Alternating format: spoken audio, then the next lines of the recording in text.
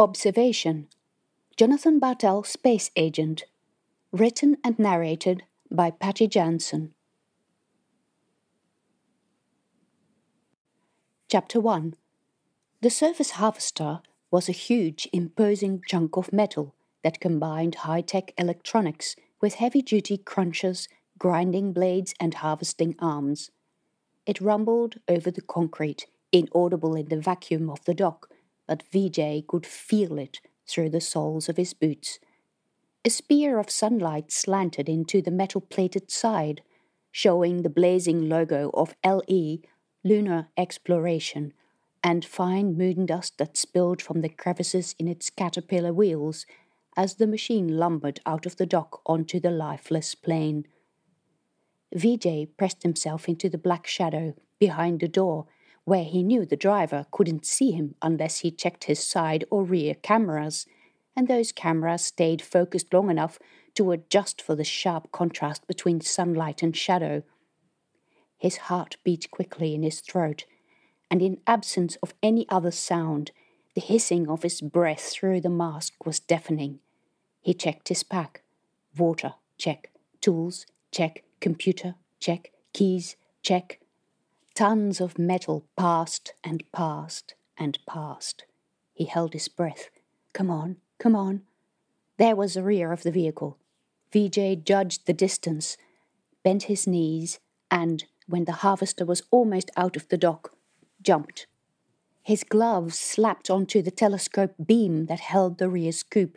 The non-slip surface allowed him to grip the smooth bars. He pulled himself up by swinging his legs, climbed over the lip of the scoop, and tumbled unceremoniously into the darkness within its giant metal maw. He hit the bottom of the scoop on his side. Oof! Now to hoping no one had seen him, or there would be all sorts of hell to raise. Anyone who left the base was meant to sign out and comply with 1,000,000 safety regulations. Warneke would have his head if he found out. Vijay shuffled against the side of the scoop that was closest to where, 3 levels above, the driver would sit in his little cabin. There was a camera mounted on the outside of the vehicle that allowed the driver to see if the scoop was full, but it couldn't see right to the bottom on this side. Vijay had tested that. He waited. He only saw the black sky with its unblinking firmament of stars. Earth was too low on the horizon for him to see it from his position. The harvester lumbered on. These types of vehicles were not fast. It would take half an hour to cover the distance to the mining base. Vijay checked his air. He should relax because the tank would last an hour at least. He also had an emergency air maker, but that would require him to spend valuable time looking for water, and that was something he wanted to avoid. He could refill at the storage shed. He checked his PCD for the coordinates. He hoped the message he'd received about the pickup spot was correct, otherwise he was taking a whole lot of risk for nothing. Those thoughts went repeatedly through his mind while he sat waiting, hoping not to be discovered. Half an hour was an eternity if you checked the time every couple of seconds. Come on, come on, come on. He found it impossible to stay seated, too impatient, too cold or too hot, so he stood in the scoop, pressed against the wall. The gentle movement of the vehicle made him sway. At last, a couple of low buildings came into view over the lip of the scoop, unassuming concrete bunkers without the telltale domes of modern residential habitats. A long time ago, moon colonies had started in places like this, underground bunkers where people spent their days with not even a glimpse of daylight. It must have been miserable to live in. Vijay clambered onto the lip of the scoop and jumped out. He landed in the grey dust, dropped to his knees and crouched, trying not to move. The harvester rolled on, oblivious, underway to the mining sites. When it had gone a good distance, Vijay rose and carelessly walked away from the main route, where the regolith was crisscrossed with many caterpillar tracks, to the buildings. Outside the concrete bunker's airlock, he put down his pack and found his computer, turned it on, and sent the falsified code to the communication panel, so it would show that he'd come here yesterday when he was on duty. Lights flashed. A crack appeared in the concrete surface and widened and widened. Vijay entered the airlock. Lights came on. He pressed the code on the panel and the doors moved closer together again. Phew. Part 1 of the plan was complete. Chapter 2. Johnson, at the moon's south pole, was primarily a commercial mining base. Seen from the air, the habitat looked like a honeycomb of interconnected tubes and domes, basking in low, near-horizontal sunlight that made glass and metal glitter with all the harshness of the airless atmosphere. The shuttle flew over the grey landscape and turned to line up with a landing pad, giving the passengers a view of the large base, housing about 30,000 people, functional but not particularly elegant. "Look, there are the night shutters," Gaby said, pointing out the window past Jonathan. She was right. On the shadow side of the nearest dome stood a huge rolling segment, like a piece of orange peel, covering about a quarter of the dome's surface. The moon's poles had eternal light, and the bases used the shutters to force Earth-like days. At midnight, the entire shutter would be rolled out, covering 90% of the dome's surface. Over the space of 12 hours, the shutters would roll behind one another to let full daylight into the dome, and would then reverse the process. The craft turned sharply, giving Jonathan a view of star-dotted sky. A brief wave of dizziness reminded him that his stomach didn't like space travel, but, so far, Gaby's medication had worked exceptionally well since they left Earth, despite moving between all the different kinds of transport. "Oh, there is the industrial dome, I think." Gaby was looking out the window on the opposite side of the cabin, like a child flying in a plane for the first time. A man across the aisle gave Jonathan a "you're such noobs" look. In truth, Gaby had probably flown far more often than any of the passengers on this shuttle, but Gaby was naturally inquisitive. There were things to be seen and to be learned. Gaby was always ready to learn them. That was why she had first spoken to him when no one else would, and when he was the dumb new kid at the orbital launch station, and why she had been willing to give up a secure job there, to come with him to be taught by the Habitat Systems Emergency Response Unit of the Space Corps. They had learned all about recycling, about all the things that could go wrong, the tolerances of human life, and management of infections and pests within bases. They'd finished last month, and now they'd been sent to Johnson for their first engagement. They would be working with a local researcher called Professor Isaacs, who worked for the base's recycling and atmosphere control plant. The precise nature of the project would be discussed when they arrived. Jonathan figured there might be sensitive commercial interests involved. The ship went in for the landing. The downward rockets came on. The dome structures and interlinking tubes took up more and more of the view. Pitted, rock-strewn grey regolith came closer. The only colour in the landscape came from the base. The colour-coded entry docks, the brightly coloured orange mining trucks, the red transport shuttles, and yes, company logos, the most prevalent that of LE, Lunar Explorations. The craft sank lower and lower. There was a brief shudder, and Jonathan was poised to complete his next milestone, to set foot on a body other than Earth. While a cheerful female voice welcomed the passengers to Johnson, several of the jaded travellers had already unstrapped themselves from their seats and grabbed their bags. Jonathan rose and bounced on his feet. "Feels light." The same man across the aisle gave him another "such a noob" look. Gaby bounced with him. "I forgot how that feels." She giggled. Jonathan nearly fell over in the aisle, but managed to hang on to her arm. "Oh, sorry." "You're such a little boy." She laughed even more. The same grumpy man shot her daggers too. The cabin door opened, allowing the first passengers out of the shuttle. Jonathan and Gaby lined up until it was their turn to enter the arrival hall, a high-ceilinged affair with a bare concrete floor where a line of white buggies waited to take the passengers further into the base. There were logos on the buggies too, and some sort of control panel that said, "Insert chip here." They waited for the security and quarantine checkpoint, where a queue had built up.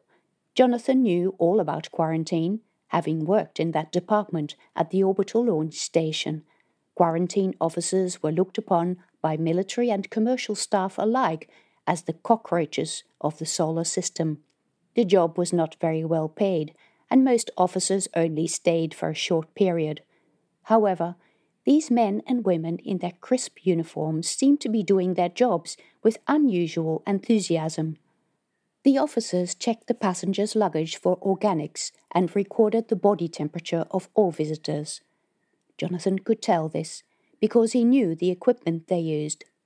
Next, there was a long questionnaire about previous places visited and tasks performed there.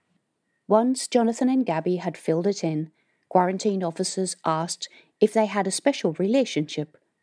"That's a bit of a personal question," Jonathan protested.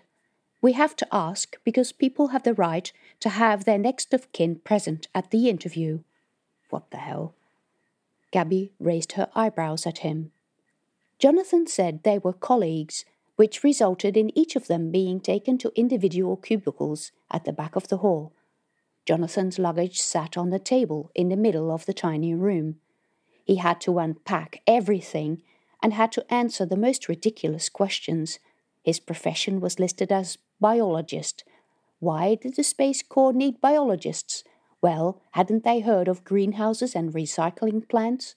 Oh, next they asked that since he was officially part of the Corps, where was his weapon? It needed to be declared. "I'm a researcher with a Special Services Division. I don't carry a weapon, so there is none to declare."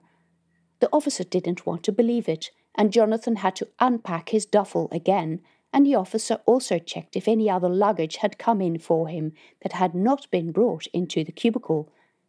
There wasn't any such luggage, but they wouldn't believe him.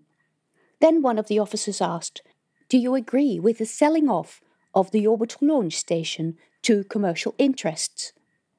What does that have to do with my visit here? Seriously, this was getting ridiculous. Well, it says here you lived on the station. I'm here to do a job, not to discuss my opinions. Granted, the Johnson base does not encourage involvement in local politics by visitors. His face did not show any emotion. What the hell? Gaby's voice drifted from the next cubicle. "I'm a doctor. Why would I carry a gun on me?" "All right, unpack my stuff again if you don't believe me, but I said I don't have a weapon, and that means there is no weapon." "What's all this about?" Jonathan asked the officer who was still inspecting his bags. "I'm a specialist in base ecology. She's a doctor. We're here to help this community." "We're following protocol," the officer said. "There is nothing to get excited about." Well, from the treatment he received, Jonathan might be justified in thinking that he was a criminal. Eventually, Jonathan was allowed to leave. Finding Gaby outside, red-cheeked, standing with her hands on her hips. He would never tell her, but Jonathan adored Gaby when she was angry. "What the hell do these idiots think they're doing? They even asked me what political side I was on.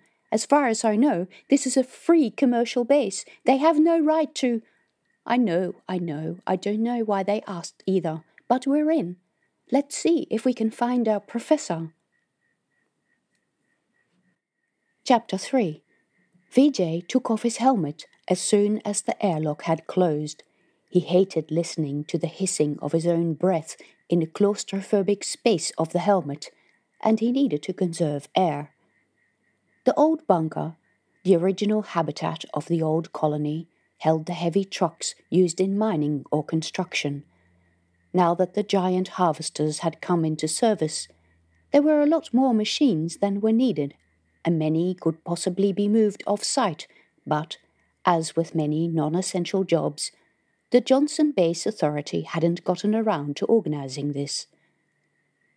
Vijay still used these trucks in his regular job, which was why his code allowed him into this bunker.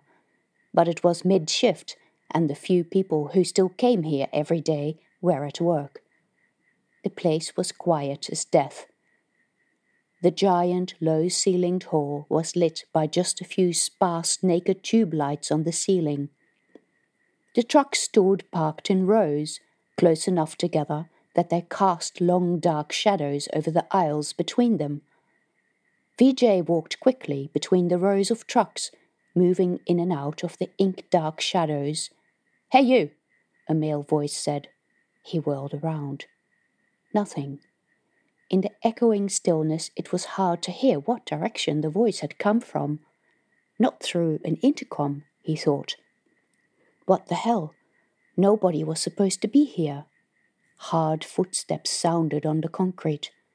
First he saw 3 pairs of boots underneath a truck, then work trousers, and finally the rest of 3 maintenance uniforms. Damn it. They were Councillor Roman Doborov's strongmen, thugs he employed to take care of his dirty work. Vijay already knew Chuck and Nico. Roman's latest new guard was a mountain of a man, at least half a meter taller than Vijay, who wasn't short. The man's arms were as thick as Vijay's thighs. The dark skin on his upper arms bore tattoos of bold geometric patterns. Vijay had seen this man in the distance, but close up he was a towering mountain of flesh, with hands like shovels that could probably break Vijay's bones like twigs. Chuck laughed. "Oh, you haven't met Tama yet?" The dark-skinned guy cracked his knuckles. On one hand, he carried a metal contraption with a line of vicious spikes, like the teeth of a particularly nasty rake. Shit, imagine the damage the guy could do with that. Vijay retreated, but there was nowhere to go. If these guys chose to beat him up here, he would die here, and no one would ever find out until they stumbled across his dried and shriveled body when they finally got someone to move the trucks. And in the council, or at his election meetings, Roman would bleat on about crime and how much it had gotten out of hand recently. Fancy that. What are you doing here? Vijay tried, but utterly failed to sound chatty. Chuck laughed.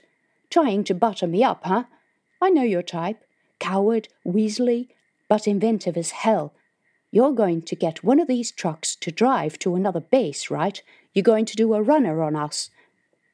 No, not at all. Vijay scrambled for his pocket where he held his PCD. Then what were you doing, huh? I'm working. Sweat rolled over Vijay's back. He clamped his hand over his PCD, pulled it out and held it up so that the screen faced Chuck. See, I'm on duty.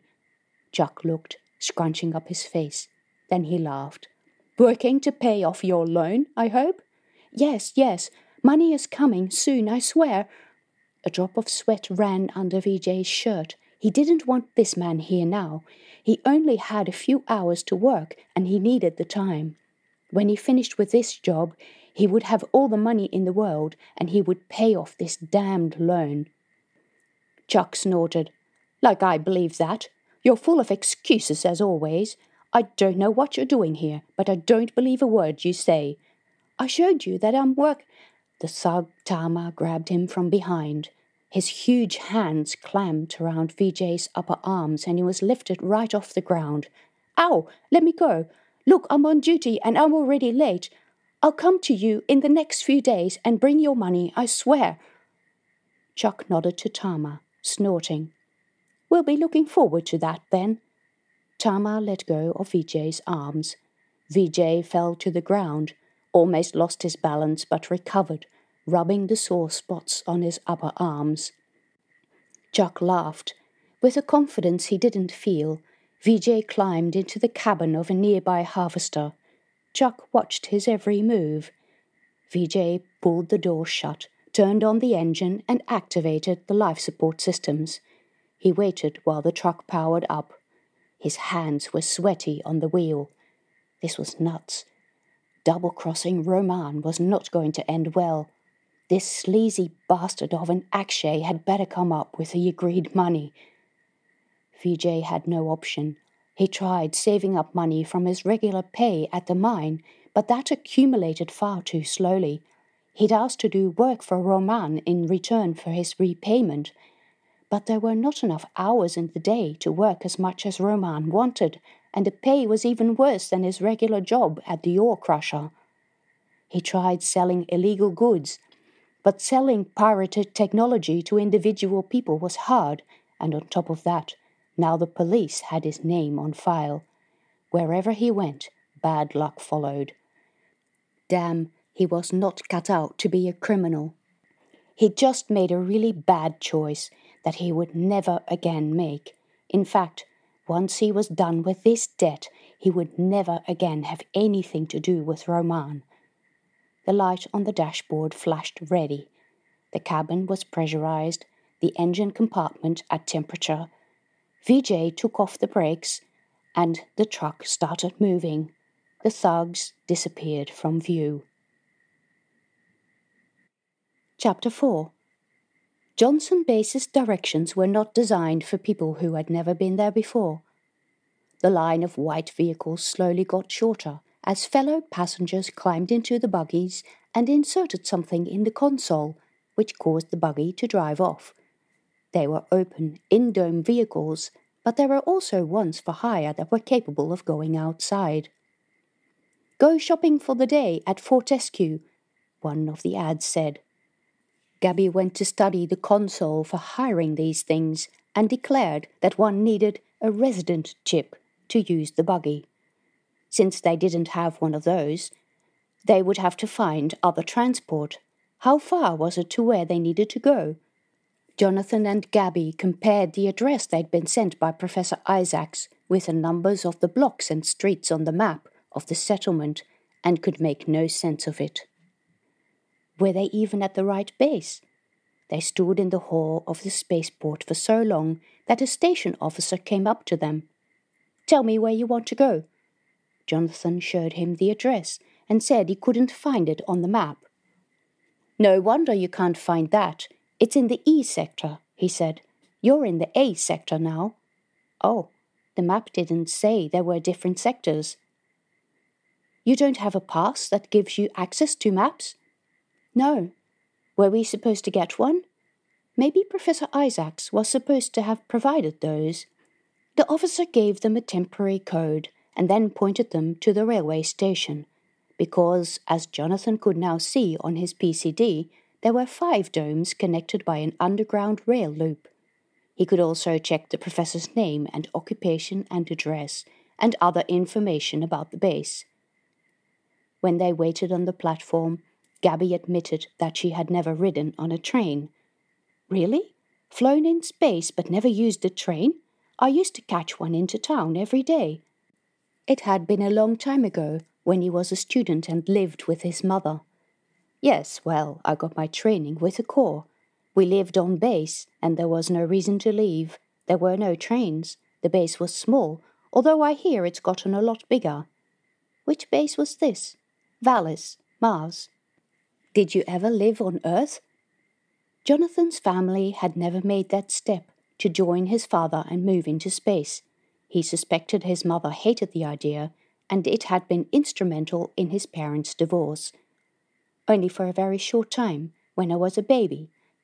Gaby's family situation, he had learned, was even more fragmented than his. Her mother had left the family when Gaby was 3, and her father had married a woman who was in the military. They went to live on one of the military space stations, and Gaby had gone to school there.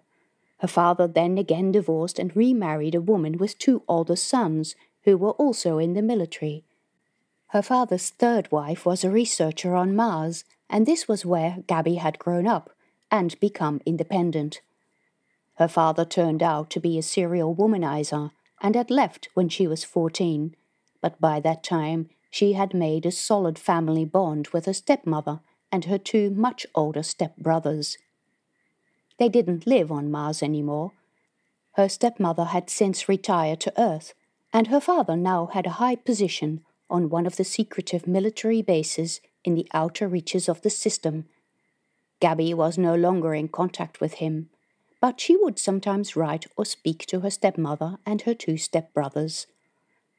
At least all of Jonathan's relatives lived on Earth. As most things considered essential in the habitat, the trains at the lunar bases were free. So, not much later, they sat in a modern cabin being taken underground along the loop to the various domes that made up the settlement of Johnson. Habitat E was the furthest away from the spaceport, and the train took a good 20 minutes getting there. The carriage was about half full, mostly with people in work overalls emblazoned with a logo of LE. They seemed to be everywhere. On the platform of the E habitat, a lot of people got off the train.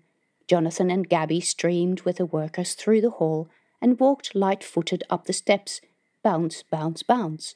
They came out in an open, light-filled hall. All that light came from trickery with mirrors that bounced the light around the foyer to make it less harsh.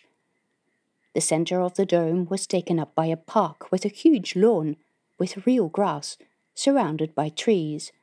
A mother sat on the grass with a young child running over the grass, wearing ankle weights to help develop muscle strength. A lot of people wore those. A line of apartment blocks rose over the trees. "What are we doing here?" Gaby said. "This is a residential area. Doesn't Professor Isaacs have an office?" "Maybe it's busy," Jonathan said. It was a nonsense argument, but he was tired and had no idea why the professor would send them to his home address. They found that the professor lived in an apartment close to the station, on the top floor of a building. Jonathan and Gaby climbed the stairs, overlooking the jumble of houses and courtyards. They came out in a light-filled hall where plants grew in pots. The professor's name was on one of the 3 doors, but no matter how much they knocked, it remained closed. Well, that was interesting and annoying.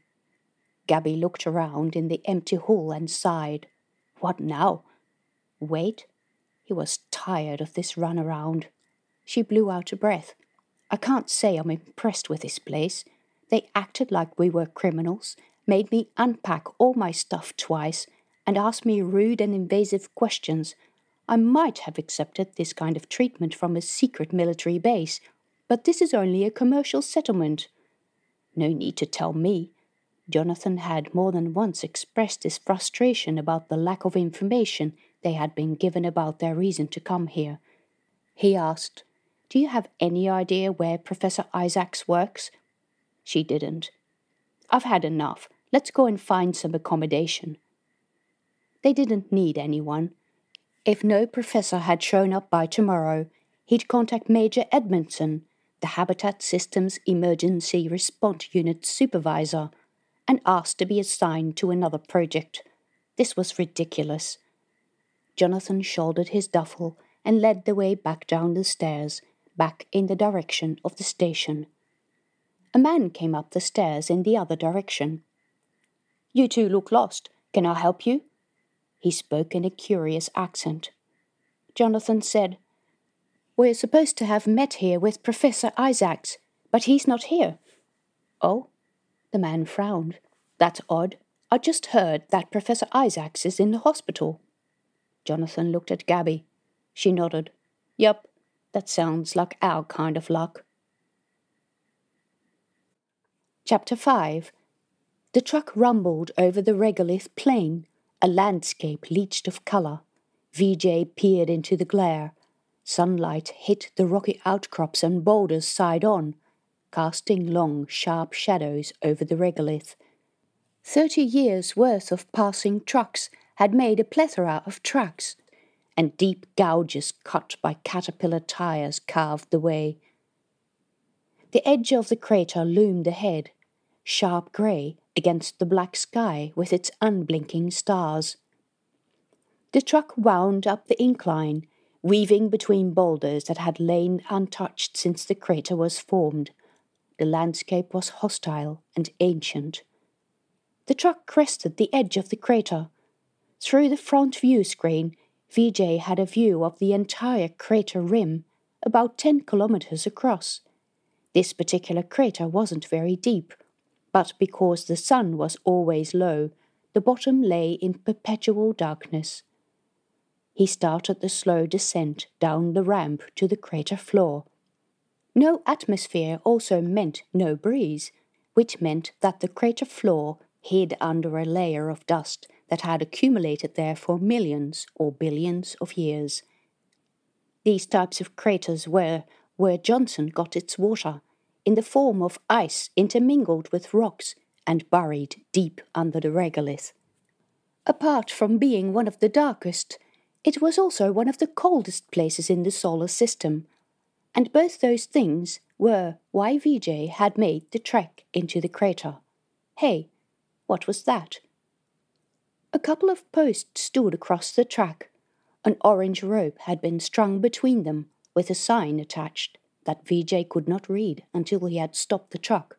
It said, "No entry, quarantine area." Well, what the hell was this about? Vijay turned on the onboard AI, which had a female voice and was called Selena. In a slightly monotonous voice that became annoying very quickly, she listed all the projects that were currently in the area. None were in this crater.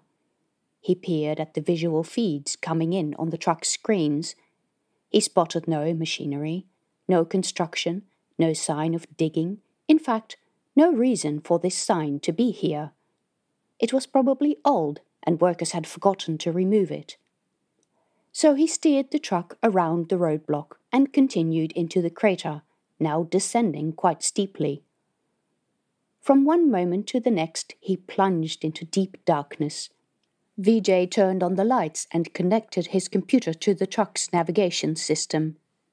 The map he had saved a few days ago appeared on the screen. On it, colored areas lay superimposed over the contour lines, some in light red, some carmine red, and one speck in dark blood red. It was to this spot that he was headed. His pickup point.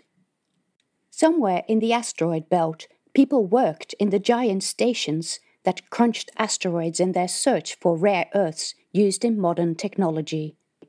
Some of those had become so expensive on Earth that the profit justified harvesting them from space. Out there in the asteroid belt, no one knew how much ore the miners collected, so they withheld small amounts of rich ore until they had enough to package it into capsules. They would then illegally send those into the dark craters of the moon, where they lay buried in the dust, until someone could collect them. The material was then sold on the black market for a lot more than its official price. Dysprosium was one of those materials, used in batteries and virtually depleted on Earth. The electrical industry used it, and the military used it. The prices were insane, especially from the weapons industry. He lined the truck's navigator up with a map, getting nervous now. If someone from the base spotted him, he'd have Roman on his tail. He hadn't done this before, and would never have considered it had he not been so desperate. Normally, Roman's minions collected these capsules for Roman. Roman was not well liked. In fact, he was an outright bully, but at least he was loyal to Johnson, and at least he wanted to give something back to the community by being a member of the council, even if his motives for doing so were selfish. Akshay was a flake.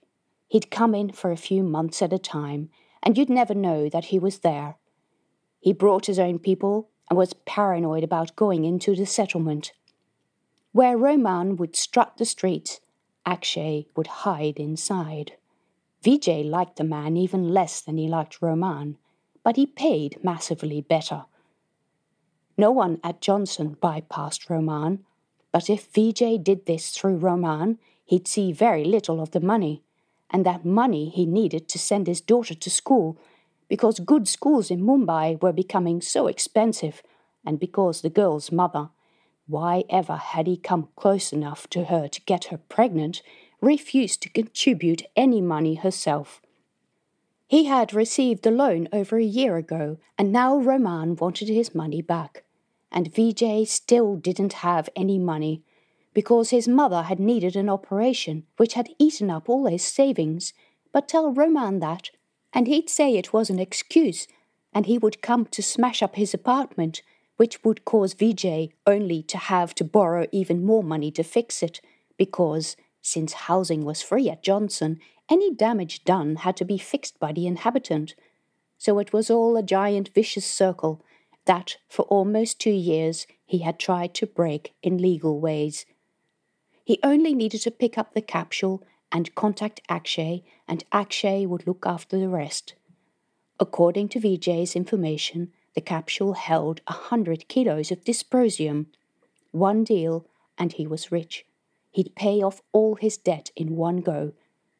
The truck's sensors showed him that the terrain was getting flatter. He could hardly tell in the inky blackness, where the only thing he could see was a small patch of featureless grey dust in the truck's headlights. A tapestry of tire tracks showed where the safe paths were. According to his data, the capsule had landed close to the crater rim.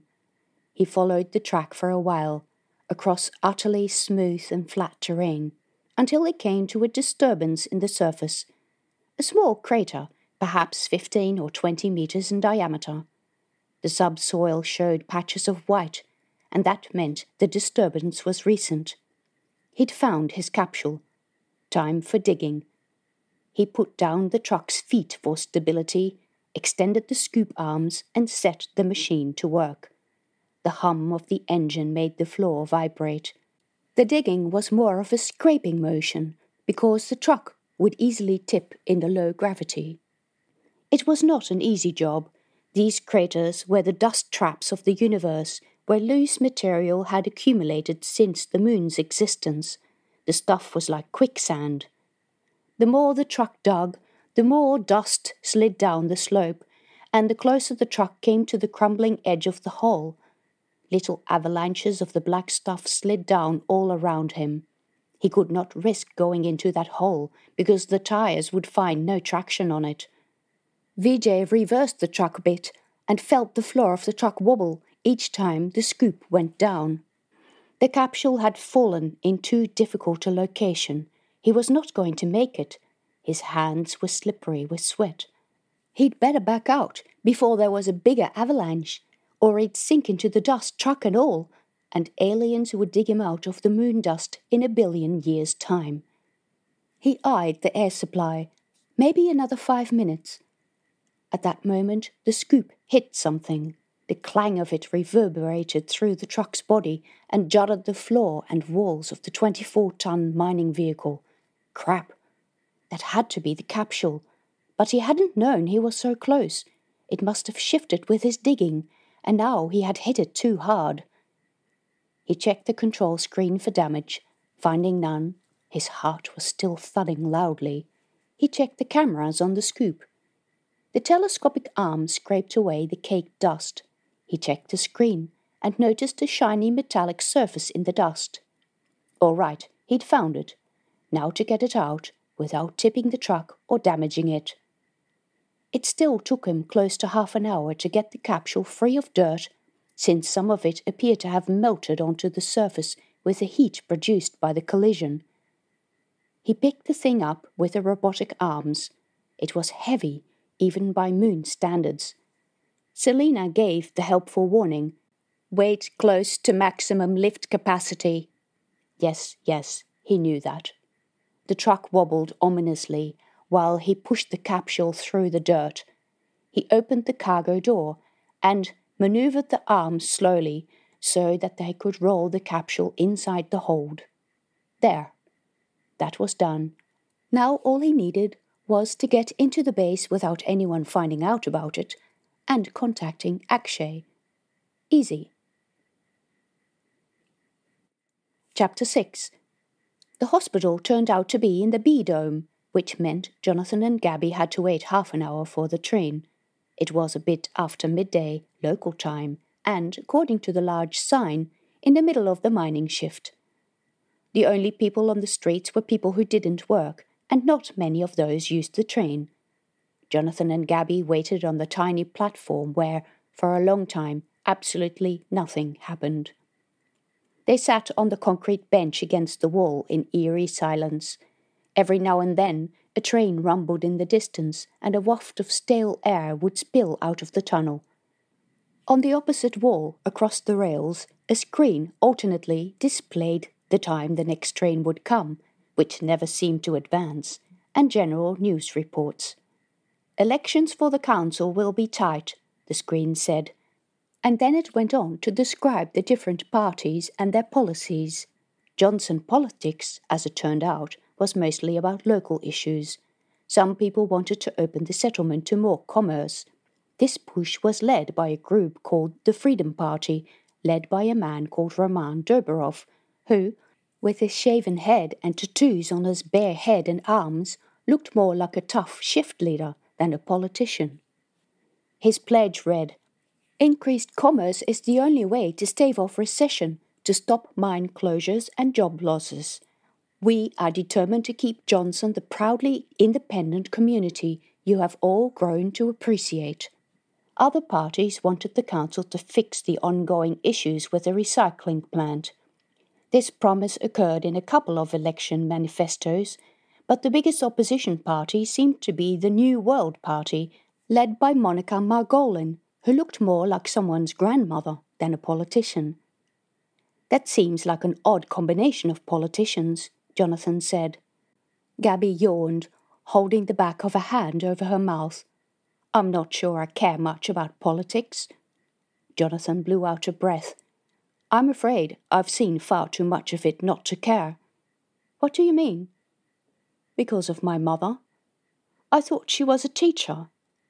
"She was, but as a second career she got involved in our local city council. Not that she ever made it far, but she went to all the meetings and always ended up doing a lot of work for the party." "Sounds like an interesting household." "Really?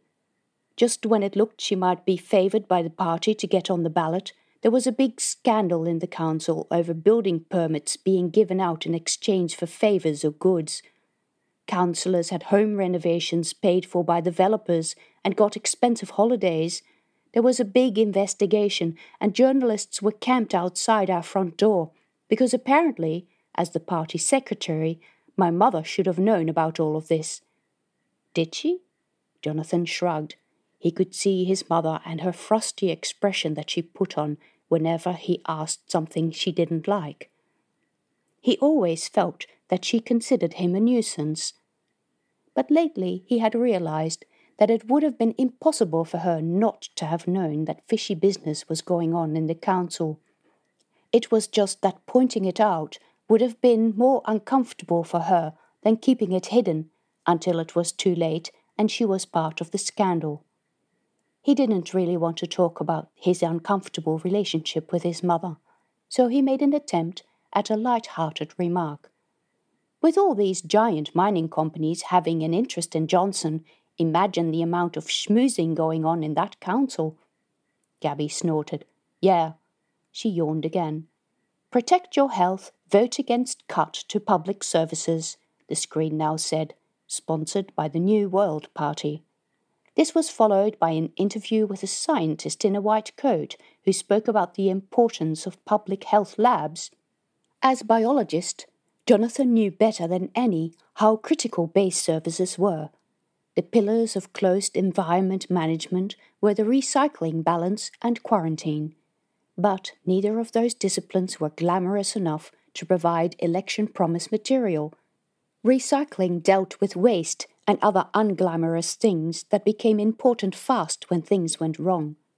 Yet it wasn't just at Johnson that politicians wanted to cut corners on these services, especially quarantine, another decidedly unsexy subject. Recycling systems that ran well cost money, and on the surface never delivered anything worth measuring. Only when they didn't run well did their function become clear. It was scary how democratic elections could bring a base or station under the control of a despot who had the power, with a few seemingly innocent decisions, to kill everyone in the base by not giving enough resources, people and money, to the very authorities that kept everyone alive. It was a constant battle. It happened like this in the Corps, and civilian settlements struggled with the same issue. No one appreciated labs and their scientists until something broke. "I wonder if the reason we're here has anything to do with the election," he asked. "Could be. I hope not. I hate politics." Gaby sat with her arms clamped around her, as if she were cold, and the soft breeze that came out of the train tunnel was quite chilly. "Are you okay?" "Yeah, why not?" She looked at him. Like this, with the expression on her face alert, and soft reflected light gilding her short curls, she looked incredibly cute, although Jonathan would rather die than tell her that. "Well," he shrugged, "I'm still a bit astonished that you agreed to come with me on this crazy job." "Why? It's exciting, even if we have no idea what we're meant to be doing half the time. The hospital at the orbital launch station was a dead end anyway. I wasn't learning anything there, except how people can modify each other's faces when drunk." That had been her big motivation to leave, the result of needless abuse of fellow recruits that she encountered on a daily basis. Being in space was boring, and some people went crazy. He blew out a breath as another election slogan, this one about Johnson's educational system, came on the screen. According to the VID, run by the opposition New World Party, the council was failing the school-age youth who came here with their parents. The base's schooling options for all ages were poor and often sponsored by companies who only taught the kids according to their biased philosophy. "We must break the stranglehold of LE on every aspect of our lives," the VID proclaimed, and Monica Margolin came on the screen. "That's why you must vote New World, because we must fight the parties who would sell our assets. We absolutely cannot allow that to happen." And in the next vid, Roman Dobrov came on again. "The opposition would have us cut our ties with industry because supposedly they compromise our services to the base. Instead, the opposite is true. Do you know how much money LE invests in base infrastructure? Do you know what would happen if LE left?" It seemed like a vicious battle for votes. Who needed an attack by aliens, as the Space Corps loved to claim was impending to everyone who would listen, when humans were always fighting each other? Chapter 7. By the time Vijay closed the door on the truck's cargo compartment, his air supply was getting low, and he had to decide whether to stop and find some ice and make some air, or barrel on to the main base. Because the regolith in this part of the crater was very loose, he didn't want to risk falling into it, so he didn't like the idea of digging for ice. Also, there was a fair bit of activity on the radio, indicating that there were other vehicles in the area. Since he had bypassed the warning sign, the purpose of which he had not yet discovered, he did not want to be discovered or questioned about what he was doing here. So he chose to return to the base as quickly as possible. He gunned the truck's engine and climbed out of the crater, with wheels spinning in the dust. At the crest of the surrounding rim, he could see the glittering domes of the base. From here, the road was flat and safe. The truck leapt over the plain with satisfying speed. While he was driving, he tried to contact Akshay, but no one answered. And then he tried a few times more, but that did not give him a different result. Well, that was a problem. Akshay was supposed to have met him inside the dome to take care of the quarantine forms. What was he going to do now? How could he bullshit his way through quarantine? He had only enough air left for about half an hour. Not long at all, considering he needed to wait until the airlock opened. He couldn't go back to the bunker where he got the truck, because the AI Selena told him that Chuck was still there. The drivers of the vehicles, whom he had heard talking on the radio, were base maintenance people, taking down the art displays of the annual Lunar Visions exhibition. Johnson Base usually got a good number of visitors at the time that Lunar Visions was on. The base authorities hired passenger vehicles for the tourists to admire the artwork, which was displayed on the airless surface of the moon. The exhibition was finished, and the strange works of art were being dismantled and taken back to the base. Lacking a response from Akshay, Vijay saw no other option than to join these trucks, lining up into the airlock. He would just have to figure out what to do once he got into the hall and people started asking questions. The big door started to move aside, spilling a strip of blue light through the ever-increasing opening. Sweat ran down Vijay's back. Nervous. Here in the shade of the dome, it wasn't even hot. The airlock held 6 vehicles at a time, and once they were in, the door closed. The thick metal plate was very heavy and took a long time to rumble shut. By the time the lights stopped flashing and air hissed into the chamber, Vijay had only 10 minutes of air left. Not much later, he entered the massive hall on the other side of the airlock, which held numerous trucks, cranes, ore crushers, tunneling and digging machines, the largest ones of which needed to go into the airlock by themselves. Base personnel in bright orange suits were directing the vehicles into their allocated charging stations. Vijay had to open the window, letting in icy air while he followed his instructions. He asked to borrow an electric trolley. The floor staff wanted to know what for. "Artwork," he said, hoping he sounded confident. "I need to deliver a piece to a private buyer."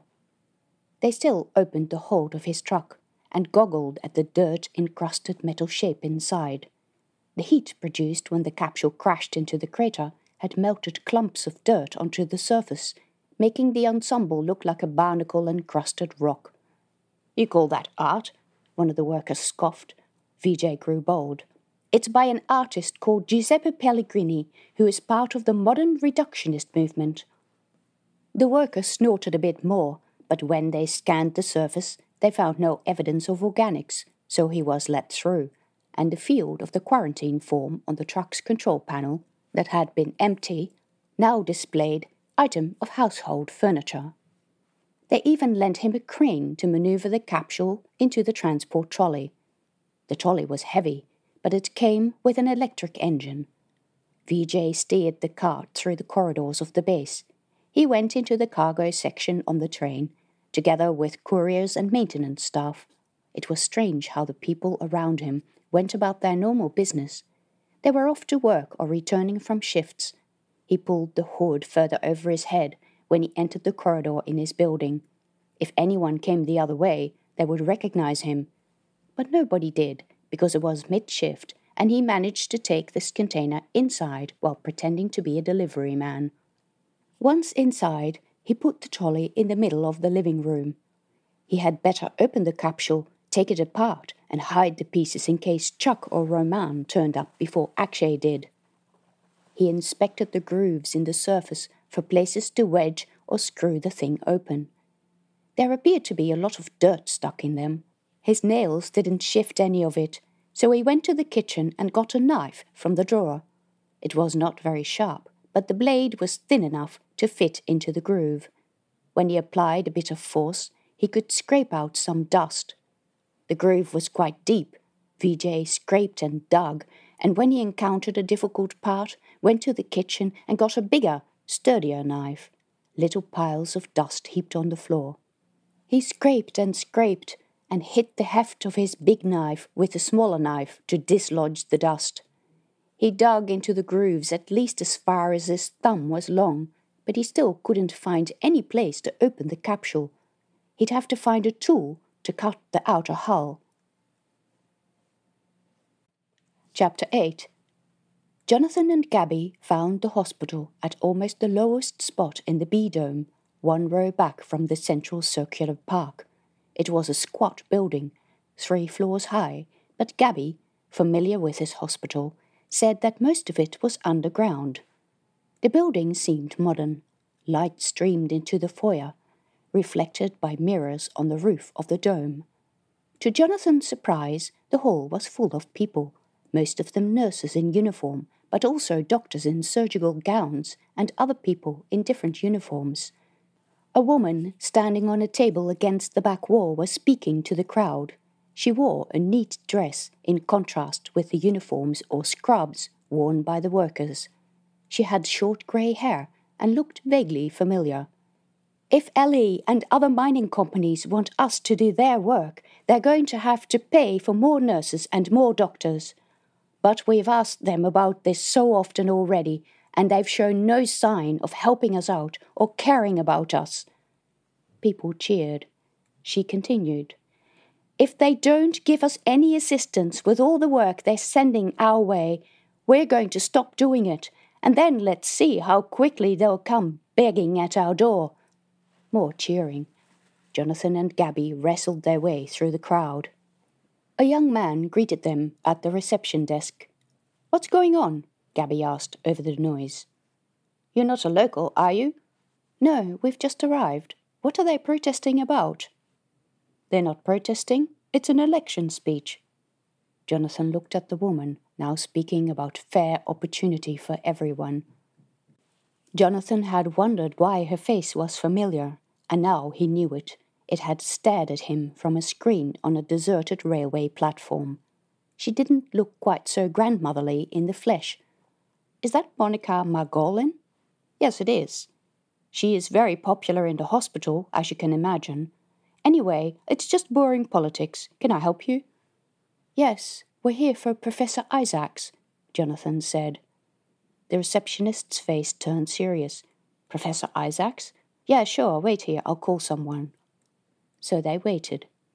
The hall contained a number of seats, but all were occupied, some of them by patients who had come to listen to the speech. Monica Margolin said, "Ellie and their ilk have done nothing new for us. They've performed no major maintenance or started any modernization processes except for the recycling, when they could absolutely not delay it any longer. They're just about their own profit. We are meant to pay for our own costs when the only reason we live here is because we work for them." Gaby rolled her eyes at Jonathan. "Aren't you glad things are the same wherever people live?" "Yeah." Jonathan let his gaze slide over the modern signage and wall coverings, the mirrors and lights, the modern furniture, the soft seats, the smooth floor. The place was clean and tidy and quite roomy. Not his definition of a rundown ecosystem in need of an upgrade. He said, "Does this look similar to any of the places you've worked that truly needed an upgrade?" "My work was all in the core," Gaby said, and snorted. "No fancy hospitals there, just a hole in the wall with some machines. If you were lucky, there was enough space to walk around the beds. But sometimes space was so tight that you had to put patients in drawers and pull them out of the wall if you wanted to see them. And you know, we did all that without complaining. It's the nature of working in space. Space is a misnomer because it usually means there is none inside those ships." A nurse in blue uniform came up to them. "You are here to visit the professor?" Jonathan and Gaby followed him into a corridor, into a room that was protected by a door that required the nurse's card. It led them through to a corridor with glass-walled rooms on both sides. As soon as the door shut behind them, the level of noise dropped considerably. They walked past small rooms, each with a single bed, in most cases surrounded by lots of equipment. Patients occupied about half the rooms. No, definitely not a system under a lot of stress. The nurse stopped at the door of one such room. "Put these on," he said, handing Jonathan and Gaby blue gowns and hair caps, as well as face masks. The gown was one size fits all, and Jonathan could have fitted in it twice, but he managed to tie the string around his waist so that the gown didn't look like he was wearing a bedsheet. Gaby smiled at him over the top of her face mask. "How well do you know the professor?" the nurse asked while opening the door. "We don't know him at all. We're here for a joint project. We're Space Corps, Habitat Systems Emergency Response Unit." It was stifling, talking inside the face mask. But Jonathan guessed that this project was now off the cards for a while. "Oh, The nurse stopped and turned to him. "I thought you were friends or next of kin." "No, sorry. But let us know if we can help," Gaby said. He shrugged. "We've been unable to contact any next of kin. The professor fell ill at work and has been quite unwell. Most of us have no relatives at Johnson, but we found it surprisingly hard to find any next of kin elsewhere. He's very well known in all the lunar bases. He runs a weekly program that talks about alien life. It's very popular because he is an entertaining speaker and explains things well." Yes, Jonathan had heard about that. He didn't know the professor personally, but had read many of his research papers. "How bad is he?" "Strangely enough, we're not quite sure what ails him." The figure in the bed was barely recognizable as a human. He was encased in a contraption that was inflated around him like a human-sized balloon. Various leads and cables went from inside the balloon to drips on stands and machines on a trolley next to the bed. The head section of the suit had a little visor through which the professor's face was barely visible. He was well into his 60s, with the typical waxy skin of someone who has spent a lot of time in space. His eyes were closed. Gaby studied the equipment. "You have him on breathing support?" "Yes. He has some sort of infection of his skin and also his airways. To have him on ventilation, he needs to be sedated." Gaby walked to the bed and studied the screen next to it. She nodded. "You seem to have it under control. Is there anything we can do to help?" "If you're a colleague, you might want to go to his office to see if there is anything that needs attending to. The professor looks after the recycling plant at the base. I'm sure the base services department would be happy to have your help." Chapter 9. Vijay left the capsule standing in his living room while he went to get ready for bed. He wasn't sure what to do next or where to go for help.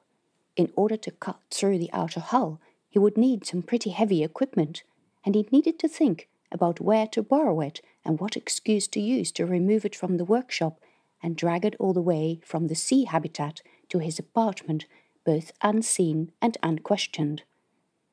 Akshay still wasn't replying to his messages, and Vijay began to have a very bad feeling about this deal. Akshay was known in the bars of Johnson as a wheeler and dealer. He walked with a swagger and was always around when everyone else was working, never spoke about having a real job. He boasted about how much he would pay for certain unattainable goods, and would break off a conversation if he as much as half heard a whisper about some scheme that might make him money. Again, he was far from the type of person that Vijay wanted to be associated with, but what choice did he have? He paid well, because, in Akshay's own words, if you pay peanuts, you get monkeys. This was obviously a barb in the direction of Roman, whom Akshay accused of keeping people dumb by frightening the shit out of them. He, Akshay Sharma, with the long greasy black plaited hair and his trademark leather jacket, was about using people's brains. As if really smart people would choose to interact with a character like Akshay. That just showed what a dumb move it had been to agree to sell to Akshay. Yet, if no one bought his capsule and the dysprosium inside, he wouldn't get the money to pay his debt to Roman. Even when he did pay off the debt, he had no illusion that Roman would leave him in peace, but at least then he could save his money to pay for his fare back to Earth, or some other place, because, while he was happy to pay for his daughter's school, he preferred to stay as far away from his wife as possible. Another place in the solar system that was not Earth would do just fine, a place to start anew. He glanced into the living room when he came out of the bathroom into the hallway. The capsule still stood in the middle of the room, in the darkness. But hey, what was that? Water dripped from the side, as if the metal was leaking, and where drops had hit the floor, the fake wood floor had turned strangely dark. Vijay went in to have a look. He knelt on the floor next to the capsule. The spots on the floor were not dark because they contained regolith mud. They were dark because they were furry. A thick carpet of dark red hair-like filaments had grown where the water had fallen. Vijay reached out, but stopped short of touching the fur.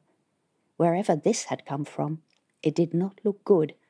This would get all sorts of people swarming over his apartment, like biologists in quarantine. Oh, crap. So he went to the kitchen and found some gloves and a bottle of detergent. He poured it on the synthetic floor and scrubbed until the stains were gone. There.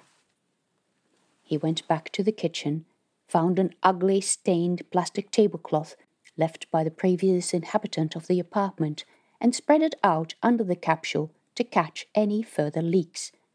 Then he took the cloth and detergent to the kitchen and went to bed. But he had trouble sleeping. He worried about not finding anyone to deliver the capsule to. What if Akshay had left Johnson, as he sometimes did, for months on end? How long would he need to hide this thing here? Would his apartment be covered by fur in that time? He sent a few more messages to Akshay while lying in bed, and then, when he received no reply, to the people who knew Akshay. He got 1 or 2 short replies, but they didn't amount to more than, "Man, fuck off, it's midnight," or "I have no idea." He caught a few hours of sleep, but, to his horror, his stomach was getting uncomfortable. What a day to get a case of moon belly. He had to get up and take some pills to try to avert the worst of it. Still, the rumbling and bloating got worse, and when the alarm went off and he stumbled out of bed, everything in his digestive tract tried to flee it at once. He ran to the bathroom, retching, with his underwear clinging to him while watery shit ran down his leg. He vomited in the bath while a disgusting brown puddle grew around his feet. It stank so badly that he vomited again. As soon as he tried to clean himself, his stomach cramped. Just trying to sit down on the edge of the bath made his bowels eject a stream of watery shit. It went everywhere. His clothes were drenched, the floor was slippery, his legs were completely wet. He drank water, but that didn't stay inside him for more than 5 minutes. He spent so long in the toilet that he lost track of time and couldn't even call in sick. His eyes became bloodshot from vomiting. After a long time, he managed to drag himself out of the bathroom, legs trembling, with a towel jammed between his legs. Shuffling through the hall, he glanced into the living room and saw to his horror that the stains had come back bigger and more furry than before. The cloth on the kitchen bench had also gone furry, and furry patches had spread over the tap and the sink. Vijay had never seen anything like that before. Sick as he was, he looked frantically through the base's information database to find out how to get rid of it before the crazy fur took hold of his apartment. Before anyone came here and noticed it. In between bouts of running to the bathroom, he managed to clean the floor and drag the capsule half into the cupboard. It was too big to fit in and close the door, but at least it would be out of immediate view from visitors. This was just as well, because he got worse as the day progressed. He could barely move from his bed and missed the bathroom more often than he made it. In the afternoon, 2 of his colleagues came looking for him and found him hunched over an unspeakable mess on the bathroom floor. They took one look and called the hospital. Fortunately, they didn't need to enter the living room to see the capsule, but while he was being taken across the base in a buggy clutching a sick bag, he hoped that no one would enter his apartment. The landlord, or worse, Roman. Chapter 10. Jonathan was tired, but he and Gaby went to the professor's office anyway. There didn't seem to be anything else to do, and maybe they could help or find out what the professor had been doing at work, or save his projects from disaster. They also needed to contact their superior in the Habitat Systems Emergency Response Unit for her advice on what to do now. But it was night in Copenhagen, and Major Sarah Edmondson was at home in bed. In the base's public population records, those they could access through the code given to them by the kind guard at the customs post, they found out that the professor worked in a building not far from the hospital. His position was partially paid by the Space Corps and partially by the university, and because the Lunar University only provided online classes in Johnson, he had an office in the Dome Systems and Maintenance Building that belonged to the Johnson-based authority.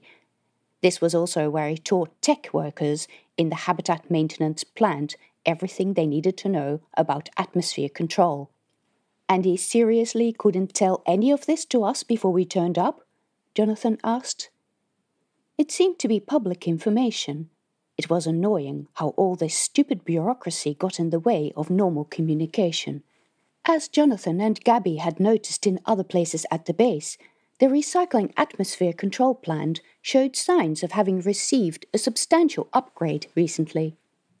Machines were new, walls freshly painted, floors shiny and clean. An employee showed them to the professor's office. A window in the lab offered a view of a bath of foamy water where hoses blew air bubbles under the surface. An ever-moving scoop skimmed the bubbles over the edge of the basin. In another installation, water trickled over a set of lava rocks and spongy material.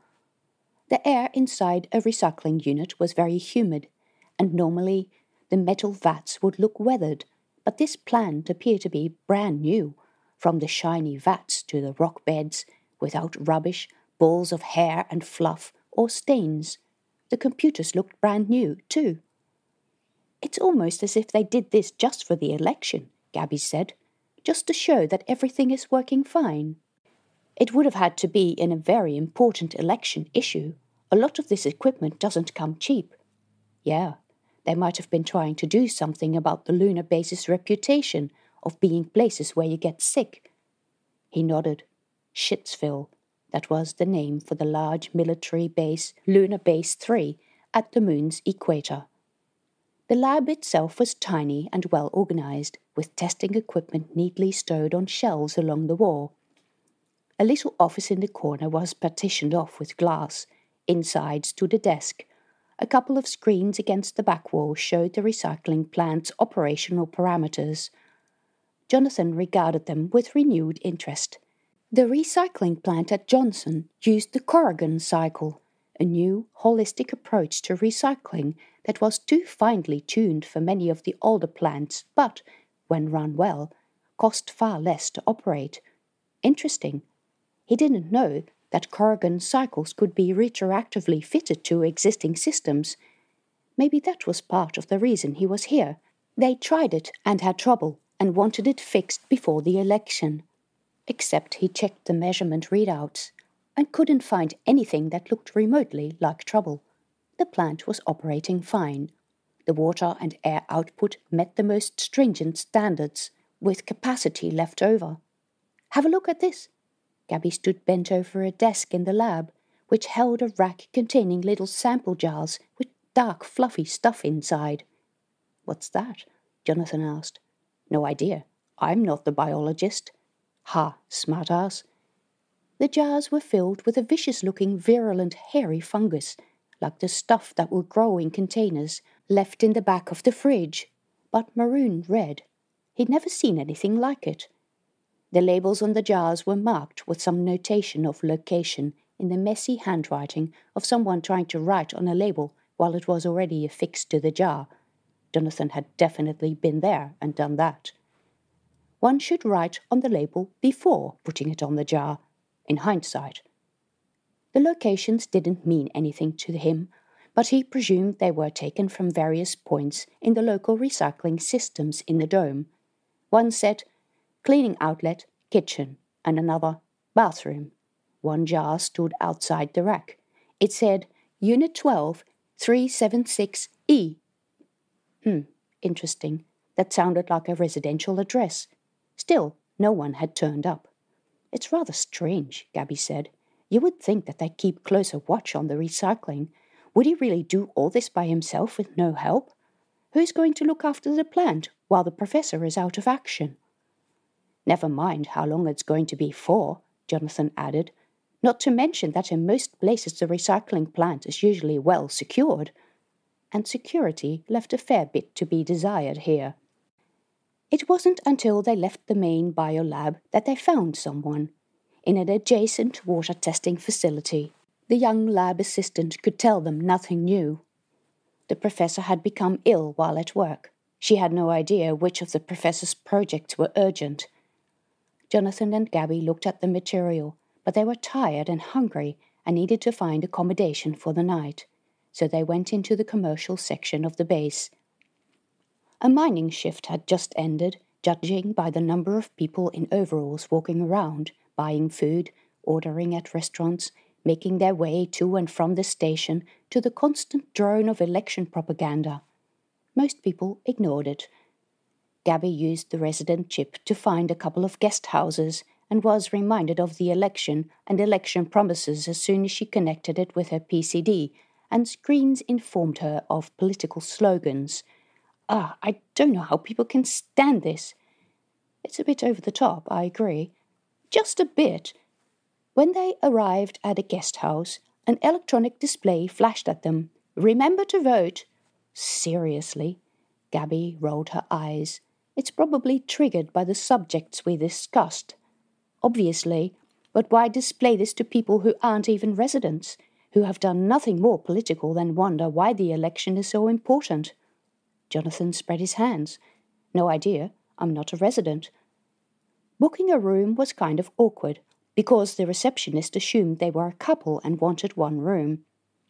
We're colleagues, Jonathan said, but his ears glowed. Oh, sorry, the receptionist said, and then she found 2 adjacent rooms. These are not as nice, though. That's all right, we're not going to be here for long.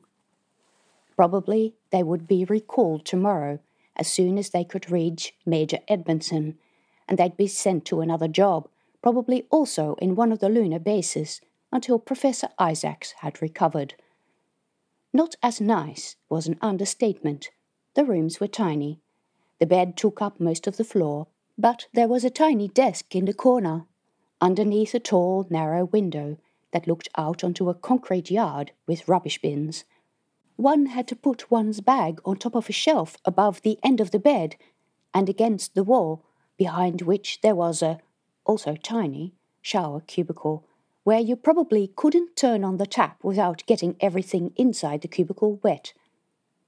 Jonathan stood at the door, thinking that it was not surprising that some people did strange things in the space settlements, because so much of the environment was utterly depressing. For all its efficient functionality, the place could have done with a more cheerful colour than grey, and it could have used some pictures on the walls. Hey, cheer up, Gaby said. He turned around and smiled at her, wondering for a moment what the double room with a large double bed would have been like. He sighed. Let's get something to eat. Chapter 11. After having been given medication, Vijay felt much better. He even noticed how boring it was in the hospital, no matter the number of vid channels they provided for the patients. He wanted to go home, so that he could continue to find out where Akshay had gone, but the doctor said that he needed to be cleared of infection first.